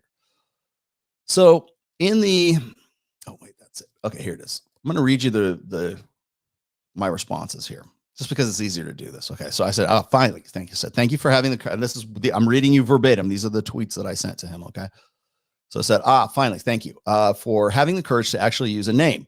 Now allow me to correct your ignorance. Okay. There's been a fundamental misunderstanding about SMV, sexual market value, and how it's measured since at least 2013. Where people go wrong is the presumption that because men's and women's sexual market value peaks at different ages, it necessarily means that a 23-year-old woman would ideally be looking for a man who is also in his SMV peak. This isn't the case, nor have I or anyone else in the space ever asserted this. Now, I dropped how old is this post? I'll get to this too, because I want you guys to see this. So I wrote a post responding to exactly this conversation, or this rebuttal, let's just say, in October 20th, 2013. So well over 20 or 10 years ago. Okay. It was an essay that I wrote called Sex, Lies, and Statistics. I'll come back to that in just a second, because I want to make sure everybody knows it's like, this is not something that has slipped the mind of these red pill guys who are all about a philosophy, all about a movement, all about you believe this stuff. I'll explain to you, as I explained then, what the principle of sexual market value and the metric by which I measure it, and the metric by which they should measure it as well. So I keep going here. I said I wrote exactly about this straw man argument here over 10 years ago. I said, you misunderstand the premise of men's potential. One of the most common criticisms I get, especially from disgruntled women, is there's no way a mid-20-year-old or mid-20s girl would ever be attracted to some older guy. Once again, pairing like pair bonding, pairing and mutual attraction has nothing to do with sexual market value, especially when a woman is experiencing her sexual peak market value. The feminized presumption here is that like should attract like. So a high value 23-year-old should necessarily want to fuck a guy who's in his peak years, which would be by my estimate, his peak potential years are 36, 37, 38. Let's round it off, 37 years old. Okay. To the 23-year-old sexually market value peaked hottie should be attracted to and interested in settling down with a 37-year-old guy in shape, potential maximized, game aware man. Okay. This is the mistake that all these guys make. The thing is when you look at these two statistics here, when I point out, again, this is the, rather than saying the unsayable here, I point out that 23 in this case is my rough estimate anyways of And again, I'm not pulling this from any data set. This was me just instinctually doing this back in 2013, 2014. Okay. This was me instinctually putting this together. Okay. I wasn't saying, oh, here's what the data says. This is from probably at this point about 12 years of conversations on SoSwap.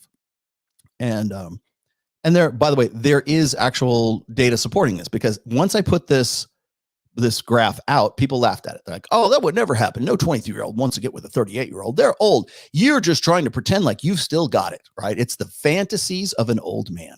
Okay. Well, what I'm pointing out here with sexual market value peaks is mutually exclusive. I am in no way trying to promote the idea that a 23-year-old girl is or should get with a guy who is 37. Clearly, that's not the case. In fact, I thought it was so clearly not the case that I didn't even realize I would have to explain this to the autistic children who would turn it into such, because they just don't want to.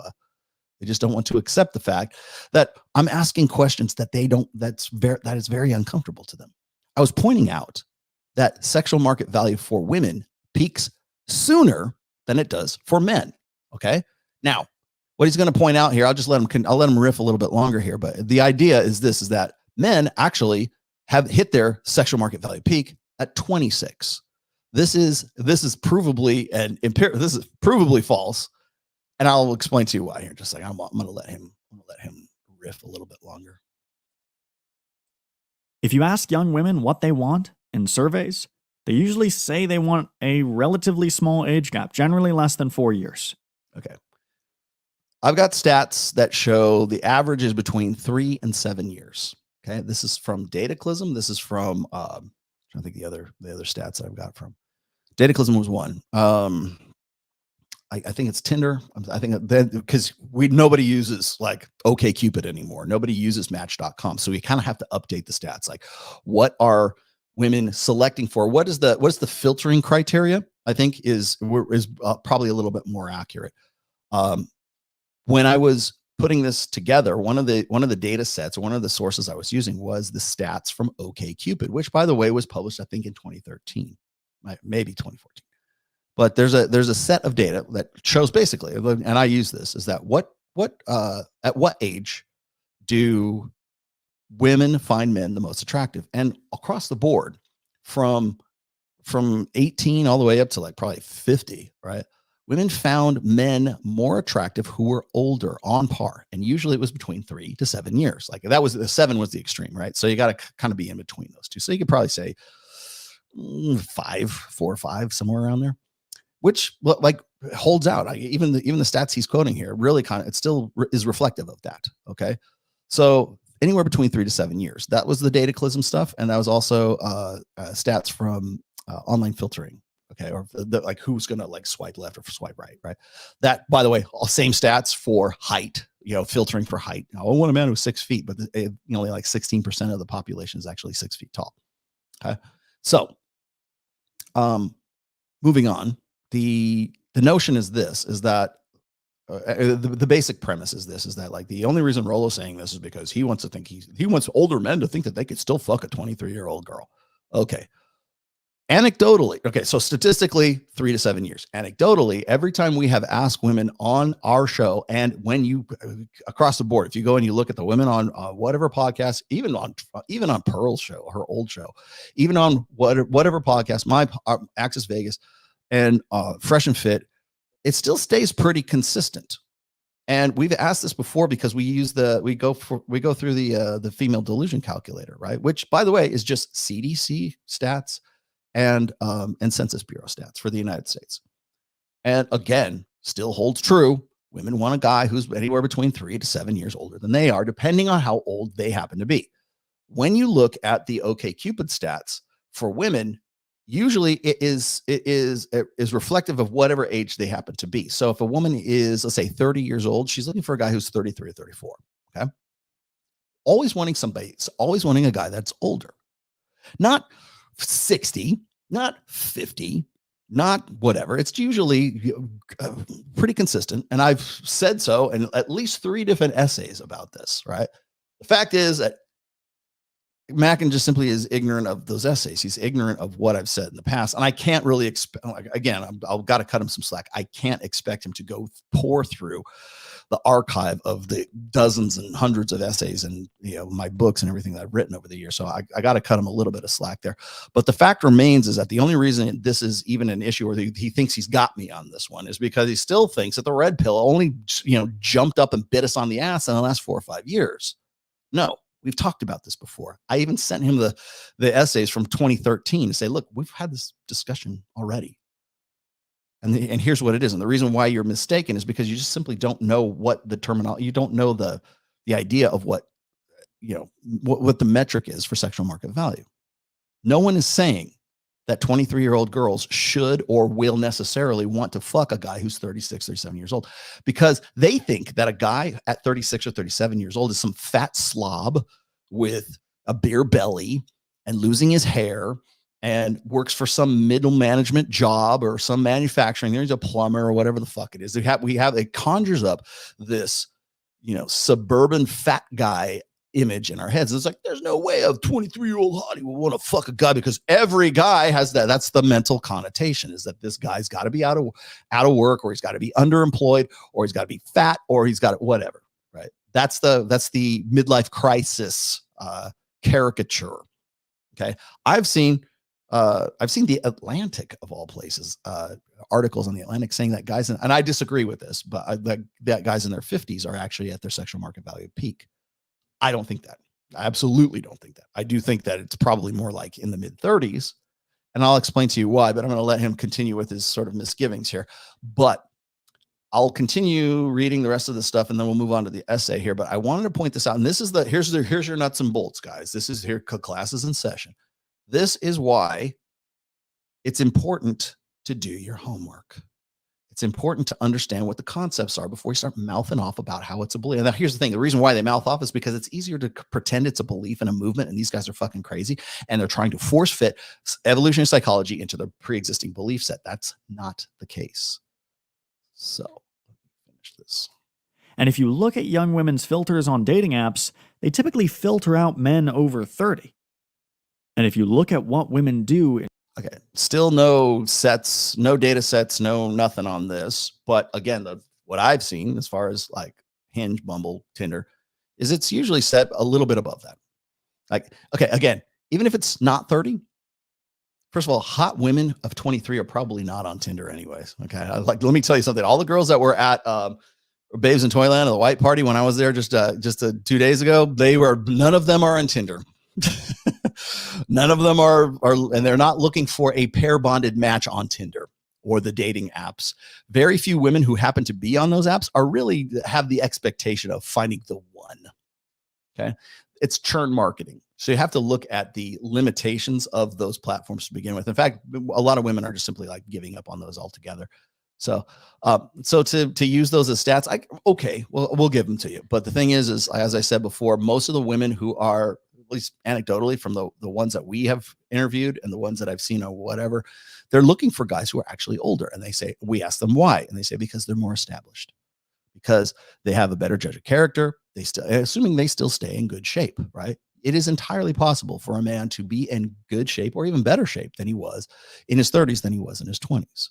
So as long as he stays in shape, and again, this is the physical aspect, but remember the qualities, the attributes that make a young woman of 23 most attractive and most arousing are pretty static for guys. When I was quoting the OkCupid stats, men between the ages of 18 all the way up to 90 fucking years old. You know what the number one demographic, without variance or very little variance, every man alive from 18 to 80 finds a woman between the ages of 22 and 24 the most attractive. That's all that data set says. Those are the women. That age is the one that men find the most attractive, and it doesn't change. For women, the most attractive men tend to be 3 to 7 years, depending on what it is, 3 to 7 years older than they are at whatever age they happen to be, whatever their current age is. So if a woman is 25, she's looking for a guy who's probably 28, maybe 29, maybe even 30. Depends. Move that up, 33. She's 30 years old. Now she's looking for a guy who's 33 to 37 years old. She's now 35. She's looking for a guy who's, probably not 40, but certainly 38, maybe 39. Like that's the typical average, the mean average right there. So as a woman age, who she finds attractive with men always staggers up. So if she's 40, she's looking for a guy who's like 43 to 47, somewhere in that. She's not, with very little variation, is she ever looking backwards. Women almost universally don't look for younger guys unless she's a cougar, right? Unless there's some sort of mitigating factor. Maybe the guy's very good looking and he's fresh out of college, he's making a shit ton of money, then she might find him attractive. But like on average, women are looking for a guy, or at least this is by their choices according to Match.com and OkCupid, I think. So if, again, it staggers upward. So if the woman is 40, she's looking for a guy who's 43 to 47. If she's 50, again, it keeps going up. Maybe when she reaches menopause, things like get wacky. But on average, women are always looking for a guy who's a little bit older. And there's a reason for that, because there's a presumption, an evolutionary presumption, that men who are older are more accomplished. They have more value added than a younger guy. Now, a younger guy, a 26-year-old guy who's fresh out of college, might have the sexual side of it down, but women are into alpha fucks and beta bucks once again. So there is the long-term provisional security needs that women are looking for, and men to have the ability, to have the resources, to be generous enough to give them to her, to have any kind of parental investment, provisioning, protection, and parental investment. Okay? Those are the basic threes for like the quote unquote beta buck side, right? Again, we're not using beta as sort of a derogatory term here. It's just like these are secure survival and security benefits versus short-term sexual benefits. Like he's hot and I want to fuck him. Now the shoe has switched. So what the presumption that Mac is making, and not just him, I've had to deal with this over the years, is that I'm trying to convince people that a guy who's 36 years old is going to necessarily be hotter and better looking than a 26-year-old guy. That is absolutely not what I'm saying. What I'm saying is that for men to hit their stride, for men to have the peak potential, the most of what makes him most attractive, it takes fucking time. And this is borne out by what he's saying right here. Women want a guy who is typically 3 to 7 years older than she is. Why is that? Because on some level of consciousness, women understand that guy takes longer to achieve those things that makes him maximally attractive to her. So yes, does she want a hot guy who will fuck the shit out of her and lays down the good dick? Absolutely. That's on that priority list. Royce used to call this the 436 bullet point checklist. And as I point out in this line here, during this time, if you notice those little gray lines there where I say alpha short term, physicality. What is physicality? All the way from 15 all the way past up to 30, 32 right there, right? Status, that you're right around 24, 25 is when status starts to become that much more important. Affluence, provisioning, all of that stuff becomes way more important when she hits about 30, which, by the way, miraculously, conveniently, happens to be the average age of first marriage in the United States. That's why we say this. It's not that we haven't thought this shit out. It's not we're trying to force fit evolutionary psychology into this ideological box. The box, or the idea of all this sexual market value, comes from evolutionary psychology. That's what developed the idea, not the other way around. But that's the most popular conception because Pearl is the ultimate authority on a red pill. No, that's why this works. Okay. So if women are looking for, like Rich Cooper says, women don't care about men's struggles. They wait at the finish line and they fuck the winners. Now, I think that's half right. But of course, if we're going to use that as the metric here, then it takes longer for men to achieve their best potential than it does for women. That's all this is meant to say. It's not to say that the 23-year-old women want to fuck guys who are 36 or 38. Maybe they do, especially nowadays, because men in their peer demographic ain't shit. And why would they be looking for older than they are if they're even like the one girl, by the way, the one girl that was on Adam Sosnick's show, the girl who was 23 years old. We had a pretty decent conversation with her. She said, I'm not thinking about marriage. I'm like, exactly. You're 23 years old. You don't care about pair bonding. This is the peak of your fucking sexual agency. Of course, it's not even an afterthought. And that's, of course, what Adam wanted to say. Well, it should be. You should be thinking about things in the long term. I like Adam. She's on top of her game at 23 as a guy who is 36, 37, 38 years old, who's hitting his prime or hitting his stride, and now has achieved the things that make him maximally attractive to women. So the guy's got to have game. He's got to be a good judge of character. He's still got to stay in shape, no doubt. Okay. What else does a guy have to have? He's got to be funny. He's got to be a good conversationalist. He's got to have a good job. He's got to make a lot of money. He's got to make partner in the fucking law firm. He's got to be able to take her on vacation. He has to be a man, to be a quote unquote man requires that he creates more resources than he expends. 26-year-old dudes do not have the ability or have the time on the fucking clock that a 36-year-old guy does to make that 36-year-old guy maximally attractive. I'm not saying arousing, and if you were familiar with anything I've ever written, I separate those two. Arousing is alpha fucks. It is, are you hot? Just like the girl that I showed you in the beginning here, the girl who was talking about there's 3 kinds of guys. The kind of guy she marries, the kind of guy she settles down with is the second guy. Certainly not the third, right? Because usually the guy who's fun and wants to fuck, like they would love to have the combination of the two. That's the total package, right? But even that total package doesn't exist until the guy made fucking partner in the law firm. He's got it. He went through his residency. He's a surgeon now, or whatever it is. He finally got his business up to over the $1 million mark, whatever. That takes fucking time.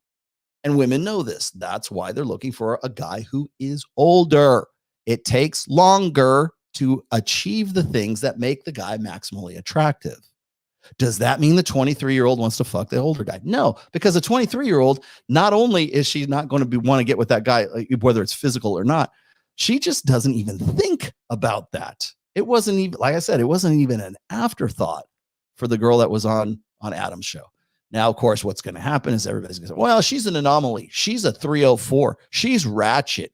Good girls, smart girls, quality women, they're always looking for guys who have, boyfriend material, their husband potential or whatever like that. And that's just fucking a logical fucking fallacy. All that is the no true Scotsman thing. No real woman would ever want to get with a guy like that because he's older. No, that's exactly who she would want to get with. Because if she's really that interested in long-term security, that guy's got it. And the 26-year-old guy doesn't. Now we're not talking about physicality, and that's the mistake that he made, and it's the mistake that everybody else makes when it comes to sexual market value.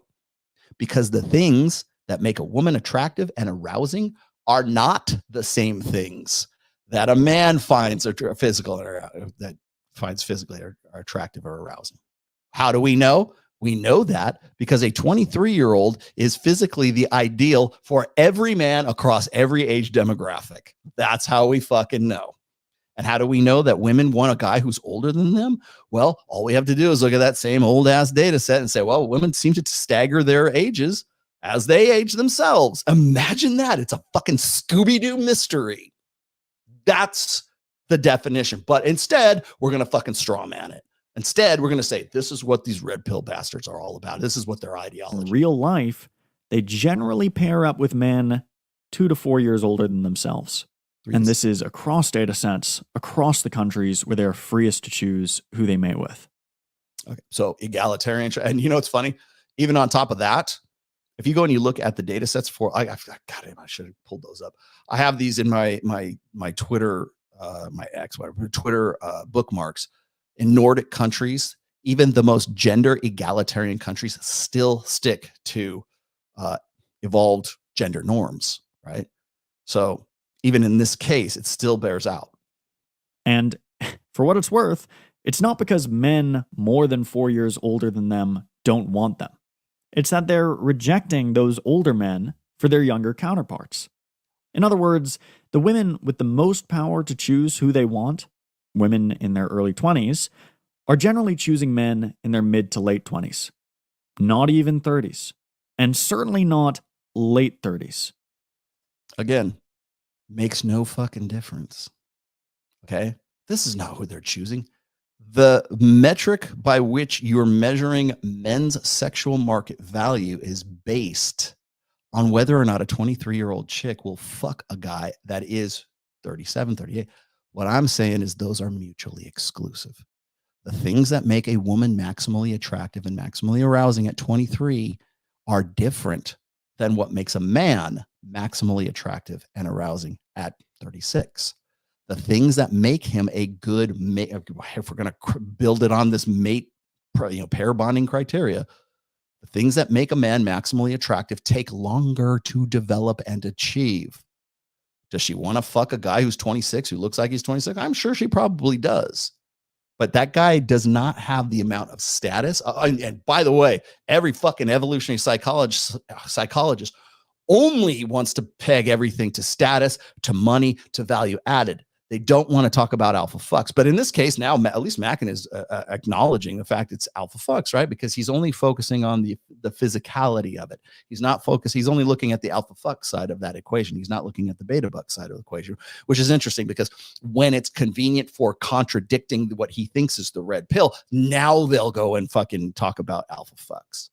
Whereas if we're talking about mate switching hypothesis, if we're talking about Dr. David Bless, well, women want a generous guy who's kind and is a good team player and he's cooperative and he's agreeable and blah, blah, blah, blah, blah. It's like, no, they actually select for dark triad traits because that guy seems like he's a better lay than the guy who's just a good dad because that dad is familiar, right? And he's not sexually arousing. He's not, again, separating arousal from attraction. To have things that make you to the age at which a man can has the potential. I'm not saying all of them do it, but the maximum potential to maximize that is right around 36, 37, 38 years old, depending on what his career is and how long it takes him to do those things. So a guy who is 36 years old, I'm not saying 23-year-old girls are going to do that, but you know who might? A 30-year-old girl would love that, I'm sure. Even a 28-year-old girl would probably, especially right out of her party years, who is going through the epiphany phase, 29 to 30, 31 years old, I'm sure she would love to have a very well-established guy who maximized not only his money, muscles, and game, has maximized all three of those and is now hitting his stride. You want to know why women are so frustrated with guys these days? Is because those dudes don't want to have anything to do with them. They don't have anything to do with like a leftover chick. They don't want to have who might be a single mother with kids in tow. They don't have any that that's their frustration. And that's men's frustration too, because they don't want to get with a girl who's already ran through, at least from the more sensational side of the red pill. So with that in mind, understand, Mackin, that they are mutually fucking exclusive. And I tried to spell this out in no uncertain terms here. As I said, once again, pairing and mutual attraction has nothing to do with SMV, especially when a woman is experiencing her peak sexual market value. The feminized presumption here is that like should attract like, meaning the peak 23-year-old woman should be interested in pair bonding and getting with a guy who is who should necessarily be attracted to and interested in settling down with a 37-year-old in shape, potential maximized game aware guy, right? SMV potential is mutually exclusive from who that man or woman wants to bang or pair with. Thus, I used the now 10 years old OkCupid data set from Dataclysm, that's the book, to illustrate the difference in what men and women find attractive, not with whom they are actually pairing with. And this is the part that leads us to a much broader topic. So let me keep continuing here. Okay, and the stats bear this out today. When it comes to stated preferences, women would like to pair, to pair with a man who is 3 to 7 years older than themselves. When asked what age women find men the most attractive, it's usually about 2 to 4 years older than their present age. Okay, that's this from the sets and Dataclysm. Okay, for men, it's consistent across all age demographics. On average, men from 18 to 90 find women of 23 to be the most attractive. My relating this data 10 years ago wasn't some lame effort of an old man to prove he still got it. It was to illustrate the point that what men and women value in a mate is measured by their mating strategy imperatives. Men select for youth and beauty. And who has that? A 23-year-old woman. That's why she is at the peak of her sexual market value. Does that mean that a 38-year-old guy, 38-year-old guy is getting after it because he went and put the moves on a 23-year-old? No, it doesn't. It's just describing the peaks. Peak SMV potential for men and women is measured by different metrics and are mutually exclusive. People who are ignorant of this premise presume that 23-year-old women would prefer to fuck and pair with a 37-year-old man. This has never been an assertion, and I've taken great effort to make it clear since 2013. What makes a man maximally attractive takes longer to develop than what makes a woman maximally attractive, because, as Myron Gaines has said in the past, women are like they won the lottery, and they've got to use that capital, that sexual capital. Men have to build that capital. That's why we say 36 years old, 37 years old. It takes longer. On some level of consciousness, women understand that it takes time for a man to hit his stride and achieve things that make him physically arousing and attractive as a long-term mate. This is why women report they find men 2 to 4 years older than their present age to be more attractive. Their age preferences stagger with their current age, which is something that Mackin conveniently ignored when he was trying to rebut this whole thing. But it's always 2 to 4 years older than themselves. If men's sexual market value peak was 26, as you assert in the video, then we would see that women from 18 to 90 would report a static 26 years old for men, similar to the OkCupid data, meaning that women across the board from 18 all the way to 90 years old would find a 26-year-old dude the most attractive. That is not the case. Okay. By age 36, the average man has reached his own. This is a quote from the article. By the age 36, the average man has reached his own relative SMV apex. It's at this phase that his sexual/social and professional appeal has reached maturity. Assuming he's, and I bolded this, assuming he's maximized as much of his potential as possible, it's at this stage that women's hypergamous directives will find him the most acceptable for her long-term investment. He's young enough to retain his physique in better part, but old enough to have attained some social and professional maturity. So the next time you think that the manosphere doesn't know what it's talking about, or we haven't thought things through, please do me the courtesy of doing your homework. I did my homework over 10 years ago while you were watching Jimmy Neutron and Fairly Odd Parents. That was the end of it. So, again, I want to point one last thing out here before we close, and this is from Royce's post from way back in the day. I've quoted this several times, but I don't think I've ever brought it up on screen. Now, this is from 2010, and it was called The Unbearable Triteness of Hating. And what this is it's a collection. Here, let me put this up bigger. It's a collection. This is from Royce's site. This is the archive of his site. It's a collection of the most common forms of hate that he was getting at the time. And you'll notice that most of these are still prevalent today. And I keep coming back to them all the time, but there's one in particular that I kind of need to read so that we have a better understanding of why it is that the evolutionary psychology departments of all these fucking colleges seem to think that the red pill is trying to force fit their science into our ideological pigeonholes. Okay. So here we go. All right. So the bitter beta hate, a lot of this stuff is really funny, but there's one in particular I wanted to talk about. And it is called the false premise hate. Where did it go? False premise hate. It's number 8 here. Okay. So you can see there's a lot of these things politicals personally. You should probably, I would definitely suggest you guys go check this out. But false premise hater. Yeah, sure. Game works well for picking up low esteem bar skanks. Oh, that's not it. Hold on a second. Oh, yeah. Well, this is still it. A great deal of hate is fueled by false premises. Concocting convenient scenarios, imagining the worst of your enemies, and reinterpreting their successes is a salve for the burned ego. Newsflash: your thin-skinned indignation is not my moral crisis. Okay. What does this mean? It means that a lot of hate. I like the first part of this. A great deal of hate is fueled by false premises. This is the problem that I have. Okay. And again, this is not just Mac who's making this mistake, because everybody's making this mistake. I can't exactly expect guys to go and know every last detail of every last post I've ever put, because it's exhaustive, right? Especially when you're, I don't know how, he's got to be in his 20s, right? I do understand, though, the premise, it's easier to believe that the reason why those red pill guys, in my case, me and probably Myron Gaines, since we're the only ones whose picture you put up, think that we are still hot. You still got it, right?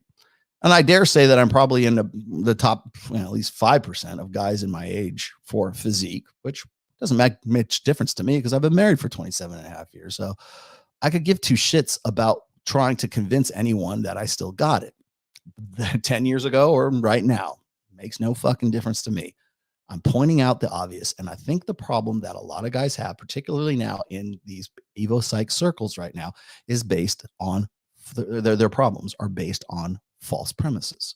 They think that this is what the red pill is about. And their only illustration of that, their only example of that is Andrew Tate, is Pearl, is Myron and Fresh. And as good a job as Myron does, right? They're the clips, right? That's all they look at. I can't expect them to do an exhaustive research on sexual market value and what Rollo Tomassi said about that. And look, here's like 6 different essays he wrote as far back as 2011. I can't expect that. But I will say this, that if you're going to try to call me out and say, you guys say this and you guys say that, I'm going to point it out. I'm going to say, here's the reason why you're wrong. And when I get criticized, I mentioned this earlier, when I get criticized for being long-winded, Rollo just likes to hear himself talk, or like we're at almost at 3.5 hours right now, right? How can you go for that long? You know how I can go for that long? Because I have to be comprehensive. Because you know what will happen? It will be the false premises will be taken out of context if I don't.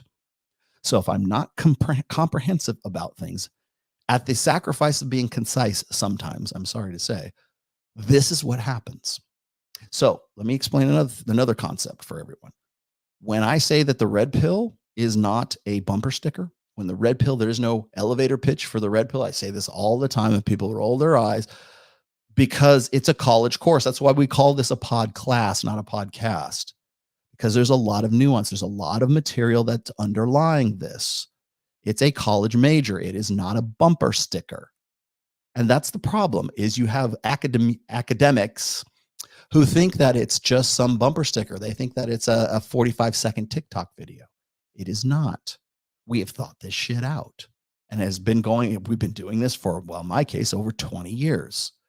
So do me the solid and do your fucking homework the next time you try to come at me with this shit. Because I will go back to square one and I will school you on this. When you talk about ovulatory shift, you want to talk about the sexual market value. You want to talk about like sexual market value ratios. You want to talk about the war brides dynamic. You want to talk about alpha widows. I got it. I've been doing it for a long time. So if you think you know what those red pill philosophers are opining about, do me the solid and go look it up. Because I will guarantee, like, I have an encyclopedic knowledge of my own shit. Okay. So understand that we probably had these conversations before. In this case, I've had this conversation God knows how many times, right? I've had bloggers back in the blog days come at me for exactly the same rationale. So once again, I got to give it to Mackin though, because at least Mackin had the balls to like use my name. Thank you. And also express this and point it out as specific. You know who won't point out specifics? Let's see. What's her name? Allie Beth Stuckey, Sydney Watson. Name any of these moralistic chicks who just throw out bullshit, straw man arguments, and presume that that's what the red pill says, and they move on to with the rest of their day. And anybody contradicting them soon comes to find out that they don't believe in any of their convictions, and they are all fucking brand. At least Mac has the balls to come out and say, hey, look, here's why I think you're wrong. Now, it just so happens I'm not saying don't come out, please do. But if you're going to, at least do the homework here, because the so-called godfather of manosphere might have actually gotten into this exact same contradiction in its rebuttal sometime over the last 20 years. So bear that in mind. And remember that, like, just because you think, like, I think a lot of people are very, I've mentioned this before, a lot of people are very confident in their ignorance. And I don't use that as an invective. I don't use that as derogatory. I mean that in the clinical sense, like ignorance, like you just don't know. Like I brought up, I forget who it was recently, but I was like, there's a difference between stupidity and ignorance. I don't think Mackin's stupid at all. I don't think most of these guys are stupid whatsoever. I think they're just ignorant of the history and what they've been talking about, what they think they're talking about. The presumption is that the presumption is that, like, those red pill guys are idiots and they haven't thought this through. No, we have thought this through. And this is the logic. These are the questions we asked. So as I present in pretty much all of my books, especially the introduction, certainly the first 3, I say, look, I'm not like a evolutionary psychologist. I don't think anybody could, like, encompass all of the sort of subfields that are necessary to have a full understanding of intersexual dynamics. Even evolutionary psychologists have to fall short in some ways. So, like, I will use quotes from Dr. Tim Burkhead from Promiscuity. He's an evolutionary biologist, not a psychologist. I mean, it's relative to it. I look at brain scans, like neurology of men and women. So when I say, hey, men and women's brains are different, they're wired different. They're literally wired different. The hardware is different in men and women. I point it out. I show it to you. I'm not a brain surgeon. God, it's brain surgery, right? I just look at the information, the data here, and I ask questions and I connect dots. If I'm wrong about that, please tell me that I'm wrong in connecting those data points or those correlations.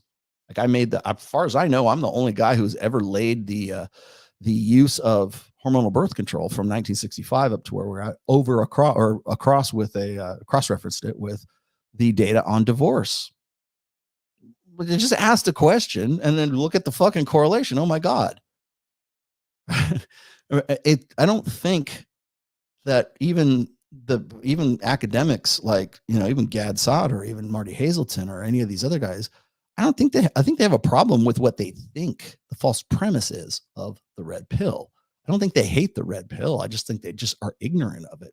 And they think that it's just some sort of ham-fisted way of making an ideology stick. That's not what we're doing. The very fact that the red pill, the manosphere, evolved from those studies as far back as, at least in my case, 20 years. That's where it comes. You are responsible. Like, evolutionary psychology is responsible for the manosphere, because we just asked the right questions and connected the right dots. And some people took it the next step and created predictive frameworks and made best practices out of it. Now, some of those best practices I agree with, but a lot of them I don't. For instance, like MRAs, MGTOWs, black pill, doomers, white pill, go Christ pill, whatever it is. I think game has merit, but PUA can be all of those that I mentioned. All those are practices. They're best practices according to the praxeology that is the red pill. If you can approach it from the perspective that is a praxeology and not a religion and not a movement and not an ideology and not a philosophy, if you can get that out of your fucking heads, you can start to understand, like, what we're talking about and how we came to those conclusions, the questions that we're asking. Even if we get it wrong, we're asking the right fucking questions, and they're questions that seem kind of obvious to me, but apparently well-heeled academicians in evolutionary psychology don't want you to go there. And I would like to know why the fuck they don't want you to go there. Why can't I connect these dots? Why can't you answer these questions? Why shouldn't I be asking these questions in the first place?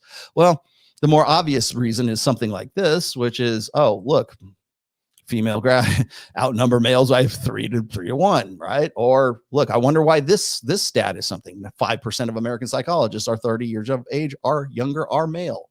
That means 95% of your colleagues who are going to be peer reviewing your experiments are going to be female. And they're going to have a lot of questions of their own. So if you want to get your doctorate, if you want to maintain your tenureship at whatever your college is that you happen to be a professor at, you're probably going to have to toe a very gynocentric line for a while. And that's going to have something to do with, that's going to impact implicit bias in the things that you want to understand and the questions you're willing to ask. A problem I find is that once you get to the point where you're unwilling to ask these questions, they don't even occur to you after a while. And you know who they do occur to? radical sons of bitches like me. As I said before, quoting Nick Krauser, well, I'm going to bring it full circle, quoting Nick Krauser, PUA and the seduction community have done more for the understanding of human nature, female nature, men's nature, intersexual dynamics in the past 15 years than all of sociology and all of psychology has done in the past 100 years, because they're not bound by the ethics or the funding or the peer reviews or any of this other stuff to basically, ask the wrong questions that in any other setting would never even occur to the people who would be doing the research, doing the field studies. That's really, it's field work is that's what they called it, in the field. I think it was Owen Cook, Tyler Durden, right back in Real Social Dynamics, they call it field reports. Go out in the field. That's where it comes from. Why do we think Jane Goodall or Diane Fossey, when they're gorillas in the mist, right? They're out there, taking notes of, oh, gorillas are mating today, right? That kind of stuff. We take that as serious, but why can't we at least in some way take like the experiences and the reports of now 20 years of pickup artistry as being at least somewhat contributing to the understanding of human intersexual dynamics? Why? They can do shit that you can't do, or you're unwilling or unable to do because of, a gynocentrism in the universities, or it just simply doesn't occur to you because you would never want to do those things because you don't want to step on certain toes. That is equally, though, that question, right? I'm not even, maybe I'm wrong, but that seems to me that would be a correlation, right? How come when I ask that, everybody gets very upset? Connecting dots that people don't want to be connected is a really rough job. As I said, unplugging chumps from the matrix is a dirty fucking work. So let me grab the rest of these. Oh, I got 11 to go. My God. Here. Let me get these and get out of here. SMV is real, not denying it right now. If people stopped aging via technological advancements, staying young and fertile for hundreds of years, would the idea of sexual market value disappear entirely? I don't think so, because the human machine is still the human machine. If you can stay, like, say, let's say for sake of example, you could like halt your aging to the age of 26. And you can be 100 years old, but you look like you're 26. The arousal cues for a guy who's, as he was saying, 26 years old are still going to be there regardless of how old you are. How awesome. I mean, how many guys like my age, at 56 have not wanted to be 30 years younger, right? With the knowledge that they have now and the resources and man, if I could just go back in time. That's what people always say is that's a midlife crisis. It's not, but that's the popular opinion of a midlife crisis. You just want to go back and see that you still got it. No, I would love nothing better than to be 30 years younger with the knowledge that I have at 56 years old and be able to leverage that. Yeah, but then of course I wouldn't be the person that I am if I could do that, right?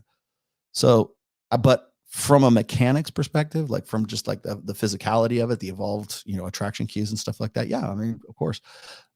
But I don't think it would change the SMV, like sexual market value. It would change our presumptions about it. Like the guy who looks good could be 100 years old, but he looks like he's 26 years old. Then you would have to start looking at things like, oh, how much money does he make? Does he have kids? Blah, blah, blah. There'd be other cues. But remember the attraction cues of value added, like money, a good bank account, and education and stuff like that. All that is proxy. All those are proxies for long-term security, provisioning, protection, and parental investment. Those are the beta bucks. And again, this is not to say beta is bad, right? Those are the long-term security benefits. Does he have those? Well, and is that woman at an age where she needs those? One of the reasons why so many women have real frustration with guys is they can't find a guy who's their quote unquote equal. No, they can't find a guy who is above their equal. They can't find a guy who has better education, is taller, broader, more muscular, can protect and provide for them, and wants to commit. We always leave that out of the equation. I always find, like, I know Myron has done this before. He's like, do you want a guy that's taller? Do you want a guy that's broader? Do you want him to make more money than you? So why would he, why would he be your equal? If you want a guy that's more than your equal, why would you call him and expect him to believe he is your equal? One of the things that I think, Myron, if you're watching, you need to ask this is like, and is willing to commit, is willing to actually, accept you. Because it's that willingness to commit after you have all that value added and you're good looking, right? You're the complete package. He's got to be, it's alpha fucks and beta bucks. It's maximizing alpha fucks and beta bucks. If he is the complete package, which means he has maximized all the potential in alpha fucks and beta bucks, there's only one part of the equation you're leaving out. Now you find that guy, but is he willing to want to fuck you and commit to a lifetime of marriage, duty, and commitment to you? That never gets thrown into that equation. It needs to be. Yeah, we juice had a meeting about that. Okay, thanks. Juice. Rollo, what was the point FANDF? Having Pearl on the table, it was extremely pointless and idiotic. You mean on the culture war thing? Oh, F and F. Having her on the, yeah, she just kind of sits there and like a lot of times, like when I saw her on Culture War with what Rachel Wilson was on there and Lauren Chan, I don't know who the other chick was, and she was on there. She was making some good points, but nobody was pressing her on anything. So that's why people kind of thought, oh man, she just dominated. But she wasn't pressed because Lauren Chen, who probably should have been pressing her on things, didn't know what to say. She was, I hate to say this, Lauren, you're worse than Pearl. Like you're underprepared. You're so underprepared that Pearl like owned you. If that had been Sydney Watson, Pearl would have been like, would have got her ass kicked on something. And I'm, competitively speaking, Rachel Wilson is not going to press Pearl because Rachel Wilson is good friends with Pearl. That's not going to happen. But Lauren Chen simply is out of her depth with anyone really, but certainly without her, she's out of her depth with Andrew Wilson, and certainly out of her depth with Pearl because she's, again, she could be, but she's ignorant of all the shit that Pearl doesn't know. You know who fucking owned Pearl? Ethan Klein from H3H3. Lauren Chen is dumber than Ethan Klein. How do you like that? Okay. Yeah. Well, yeah. Why was she on there? I don't know. You can ask that from those guys because I'm out of ideas. Alan Roger Curry doesn't get mentioned enough. Care to indulge? I've talked about Alan. God rest his soul. Every time I talk about direct game versus indirect game, I always bring up Mode 1. So I've been talking. He was one of my earliest interviews. A matter of fact, me and Mike talked about Mode 1 on the last Access Vegas. Kosher clinician, the red pill from a basic primordial perspective is need driving behaviors. Dr. William Glazier, having an existential crisis, cyber therapy. Okay. Chaos. Best Rollo prediction is one day there will be Christian porn and people will think it's normal. Yeah, that'll be the Overton window for evangelical Christians. It'll be Christian kosher porn. I actually said that. I said that in the fourth, but in my book Religion. It's coming if it hasn't come already. Well, I mean, you do have what's her name, Nala Fit. Nala Fit is probably as close as you're. If it's going to come, no pun intended. If it's going to come for Christian Christian kosher porn, it'll be through Nala Fit. Nala, that's an untapped market. Just I'm giving that to you for free. This is Ned's College Fund. Thank you, Sam Whiskey. Appreciate you very, very much. And Edward Scornfield. I know red pill is a praxeology, but don't you have to have some sort of belief system before applying a practice? Well, yes and no. I'll explain that to you. At some level, you have to believe in evolution in order to behave in accordance with it. Okay. So really what that boils down, and I know that like Andrew Wilson has tried to like hit me on this, and some other people have too. Like if you're going to create best practices, then there has to be a belief set behind those, right? And in that case, I would say yes. But here's the pinch. Okay, first of all, what's that belief system based on? And then also, what is the system of practice based on? So essentially, and I've read this to you several times, is that red pill guys, just for lack of a better term, red pill guys tend to be factual absolutists. We want to know what is true. For moralists, for blue pill moralists, they tend to be moral absolutists. What is right and what is wrong? What is good? What is bad? Now, the way I characterize this is the idea that there are a set of best practices. What has to happen first is what I was saying before, is once we have a close approximation of the truth, once we know enough about something to make it useful, we tend to create what are called predictive frameworks. Those predictive frameworks then imply what is best practices. Okay. So the belief in evolution or the not belief, I don't like, if you ask a guy who's like an atheist, right? Like, what is his beliefs? He'll say, I have no beliefs. And people have a really tough time wrapping their head about that.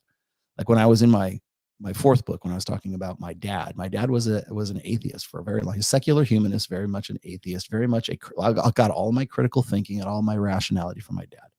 From my mom, I got Christianity, I got religion, I got emotion, I got my artistic talents, I got my sense of humor, everything that sort of, counterbalances all of that. But I'm thankful for both, by the way. Now there's pluses and minuses to both of those. Both of their influences as well. But but my understanding anyways, of like a guy who is an atheist, they will say that they don't believe in anything. And what happens is when you talk to a guy who's a moral absolutist, they have no other frame of reference than to put that person's perspective or his opinions into a system of belief. That's what they try to do with the red pill. These guys have an ideology, they have a movement, they have advice. They're trying to tell you how to live. And they think that the red pill is necessarily a set of practices. Like this is what Pearl Davis and Tate tell you to do. That's red pill. No, it's not. Those are systems of practice. Those are what they think, what people have sort of extrapolated that they're saying is advice or best practices. But the thing is ideally, is from my perspective, I'm not saying that I don't have a belief set. In fact, I talk about it quite a bit in my fourth book, right? When people ask me about that, I'm happy to talk about it. But people get confused when I talk about marriage in a red pill perspective, or I write my book from a very clinical perspective, and I'm not inserting God in it. I'm not inserting belief. I'm not inserting politics into it. I'm not inserting any kind of ideology into it. I'm just trying. And again, I realize that implicit bias is something that you're never going to be able to avoid, but it doesn't mean we shouldn't try. It doesn't mean we shouldn't take a good stab at it. So for example, when I explain like metaphorical truth versus like empirical truth, I have to do that from a very sterile, very clinical perspective, because talking about metaphorical truth sounds like I'm talking about God, and I'm talking about belief sets, and I'm talking about religion, and I'm talking about like all the doctrinal stuff that comes with religion. That's not what I'm talking about. But I have to make that very, very clear in that book. So there's a belief set that's implied in that. But there has to be a predictive framework before there can be a set of best practices, and before you can even say, well, you have an ideology involved in this. Okay. Is your ideology going to influence like why you're even asking these questions? And that's what it boils down to. It's like, why? It's the why behind the why, or why behind the what. As I said before, you can't tell people data without giving them or without telling them how to feel about it. The reason why I have to tell them how to feel about it is because everybody tends to approach new data and approach new things and approach new experiences from an emotional perspective rather than an empirical perspective. Why is that? Because emotion comes faster. It's a faster way to interpret our surroundings, whereas rationality takes time. You have to learn, you have to interpret, you have to watch, you have to pay attention, you have to be observant. And that takes a lot longer than like, fuck all this. Or be overjoyed at something. That's why when people like see Myron flip out, or they see me like raise my voice, they think, oh, you're the emotional male, you're not the rational male. I'm like, well, yeah, because I'm not Mr. Spock, devoid of all emotions. I'm a human being. And if I see something and I'm emphatic about it and I want to emphasize certain points, it doesn't mean that I'm fucking, necessarily. Maybe you could say I'm emotional, sure, but I'm emotional I'm emotional after the point that I'm fucking making, right? To emphasize that point so people will get it. Sometimes you have to use emotion to make a point. Hell, I mean, if you make a sad song or you make an anthem kind of song where you want to motivate people, you got to inject some emotion in there. You can't just, okay, here's what we ought to do, guys, and then leave the song at that. I want to rock and roll all night and party every day. Right? That has to be in the song. So that if you want to say that that's ideology, then that's ideology. But the thing is like, before you even get to that, there has to be a predictive framework. And that's the benefit of the praxeology of the red pill. Okay. So do you have to believe in evolution? Well, you have to take certain things or certain processes as something that is a way of determining your reality. So just like people say that evolution is a belief, I don't necessarily see it as a belief, although I understand why people want to put it into that framework. But what can we really know as human beings, right? We can know what we see, what we taste, what we smell, what we feel, what we, eyes see, whatever, all we're sensual creatures, right? We have to be able to do that. But I can't also rule out the fact that there might be forms of energy that like we just never evolved an organ for. So there might be some things that are going on around us and we just don't have antenna or something to like have a perception of it, right? So that could be something. But the thing is like you'd have to have some sort of perception of it, right? And I look at evolution as something as the most logical perception. Do you believe in this? Well, of course I believe in it. I believe in the process of it. So if that's an ideological bent, then yes, okay. But you have to use evolution to get a predictive framework. Now, if you want to go on and argue whether evolution is real or it's not or whatever, it's not whether it's real. It's a process. Does that process make sense? Does that process work? Does the premise of it make sense? Is it cogent? And then you get to issues of logic and Descartes and everything. I think, therefore I am. But I think it's a mistake to cast evolution in the perspective of a belief set. Now you have to use something, right? You have to use some kind of, like, evolution is a measurement. It's a metric. Is the metric accurate? That's what I would say. Like from a critical logic perspective, does evolution make sense and is a tool that we can measure other truths by? If it is, then we'll use it. If it's not, then we throw it out. That's a scientific process, right? So I think casting into a perspective of belief is mistaken, but we have to believe that something is true, and we have to believe that something is. And by the way, if it's not, then we throw it out and put something else in there. So, and everybody wants to boil that down. But again, we're going to get down into hermeneutics and all this other shit. But it's like, is evolution a tool by which you can measure the real empirical world? If it is, then we're going to base our best practices and everything else on that. Anybody who associates with Pearl, whether it's through collabs and interviews, you have zero credibility when you have a woman who has no knowledge or insight of men's issues. And more than likely you're writing her for clout, which clout bucks don't buy you a lot. Exposure bucks. I'm still trying to buy a hot dog with all my exposure bucks. Nobody's accepting it. Good time. Came back from the gym playing Daggerfall. Thanks for keeping us up to date and watching Rollo's podcast. Life is great. Here's some money for the doggo. Thank you very much. He appreciates it. He appreciates that. I will buy treats. I'll tell you what treats he likes. I've read your first book, Rollo. Want to get the other 4. When are you going to do the collection of 5 books? As soon as I have hardback versions for all of them. The new hardback is in the first round of approval from Amazon right now. And last, I love that I sound autistic when you read my chat. So you do. Oh, good. Well, mission accomplished. All right, guys, that's it for me today. We're approaching the 4-hour mark, and I promised I wouldn't go. But anyways, hope you guys have found this at least in some way educational. I think I did. I think I did a good job, at least explaining myself. Hope you guys like that. I will be doing when my next thing. I'll be doing Access Vegas on Thursday, so that is coming up right here on this channel. But you can also go to the Access Vegas channel. You can go to Mike Sartain's channel. Again, just the last announcement here. I am now on Minect. MINNECT. So if you want to ask me quick questions, if you want to give me a super chat just in general, I will get it on Minect. I'm happy to give you like text responses if it's something I can do like that. I can also give you audio responses, and I can also give you like private video responses. If they're one-off, questions and stuff like that, I'm happy to do that. I can do that now via Minect. The link for it's right there. Also, subscribe to my Substack and go buy the book if you haven't read. Do me the solid and do your homework and actually read the book. Thank you. That's available on Amazon. All five of them are available on Amazon.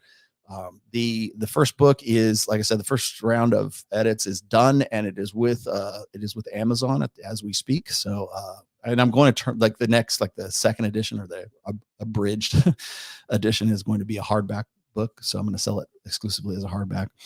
And then I'll update some of the text, for like the Kindle and stuff like that. And I'm also working on a book of maxims. That'll probably be the one that'll be my project for August. I think I'll probably be done with that by August. So that's coming out as far as writing is concerned. But again, I'm back from Miami. If you haven't seen those podcasts, go check them out. I was on Fresh and Fit. I was on Adam Sosnick's show, and I was on the Danza Project, all of which were fantastic shows.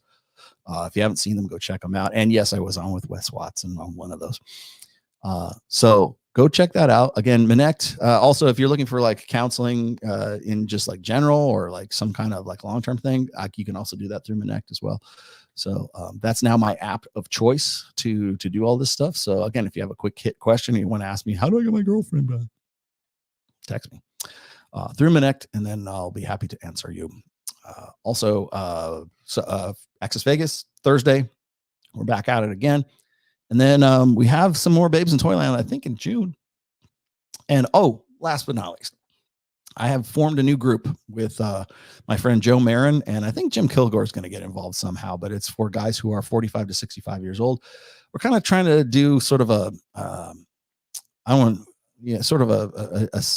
branch. Let's just say we're doing a branch of MOA, but it's for guys who are like in the 45 to 65 demographic. It's not like anything that's like different from MOA, but it's like if you are in that demo, then me and Joe Marin are working on like particular events for guys who are a little bit older who don't necessarily want to go to Zook.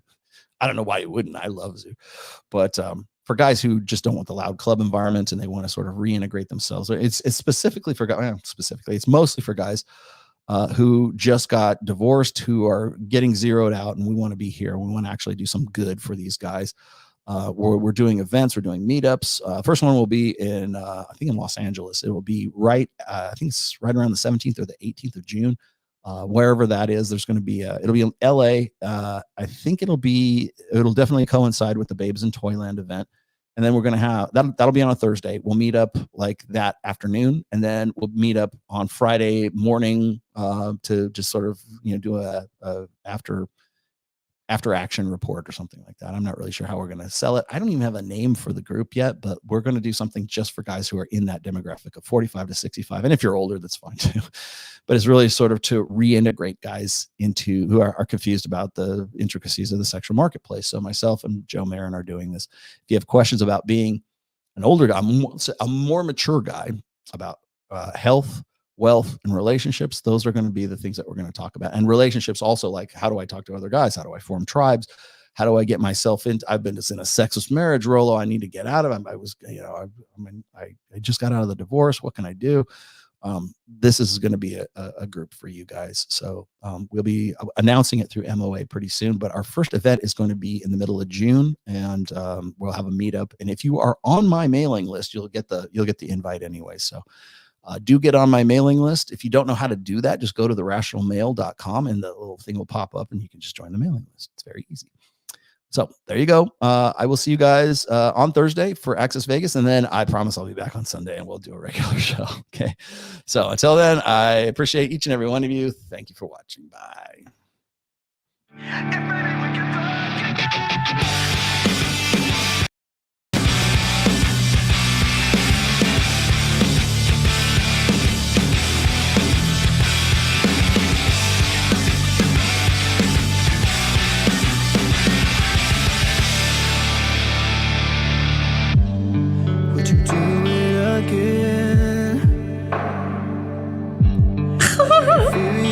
Top of me, it was my first time, but I was just a kid when tell these bitches to go to hell. It was my first time. What do you expect from me? I'm breaking up the rules now in the game. I've got some new tools. Please do the same. Time came by and went over like a matchbox stereo. Time to get my thoughts now. Well, I'm a whore. But maybe we can fuck again, and maybe things are different. Goddamn, baby, one more again. Won't you put it on me one more again? All right.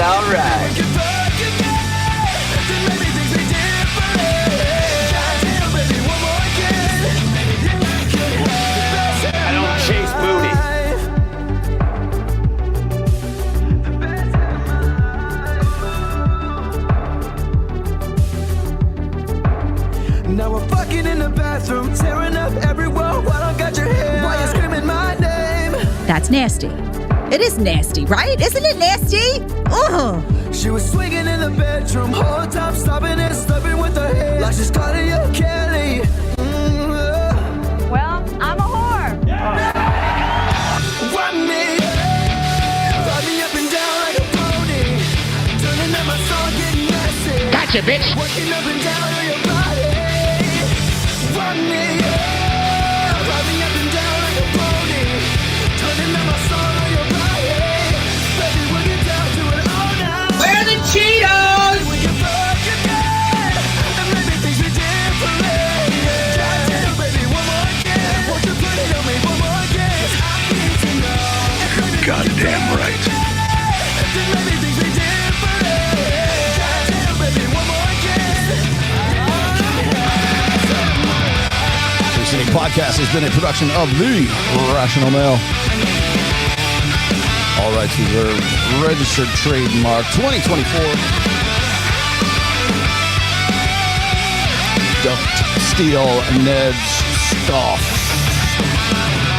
What is your major malfunction, numbnuts?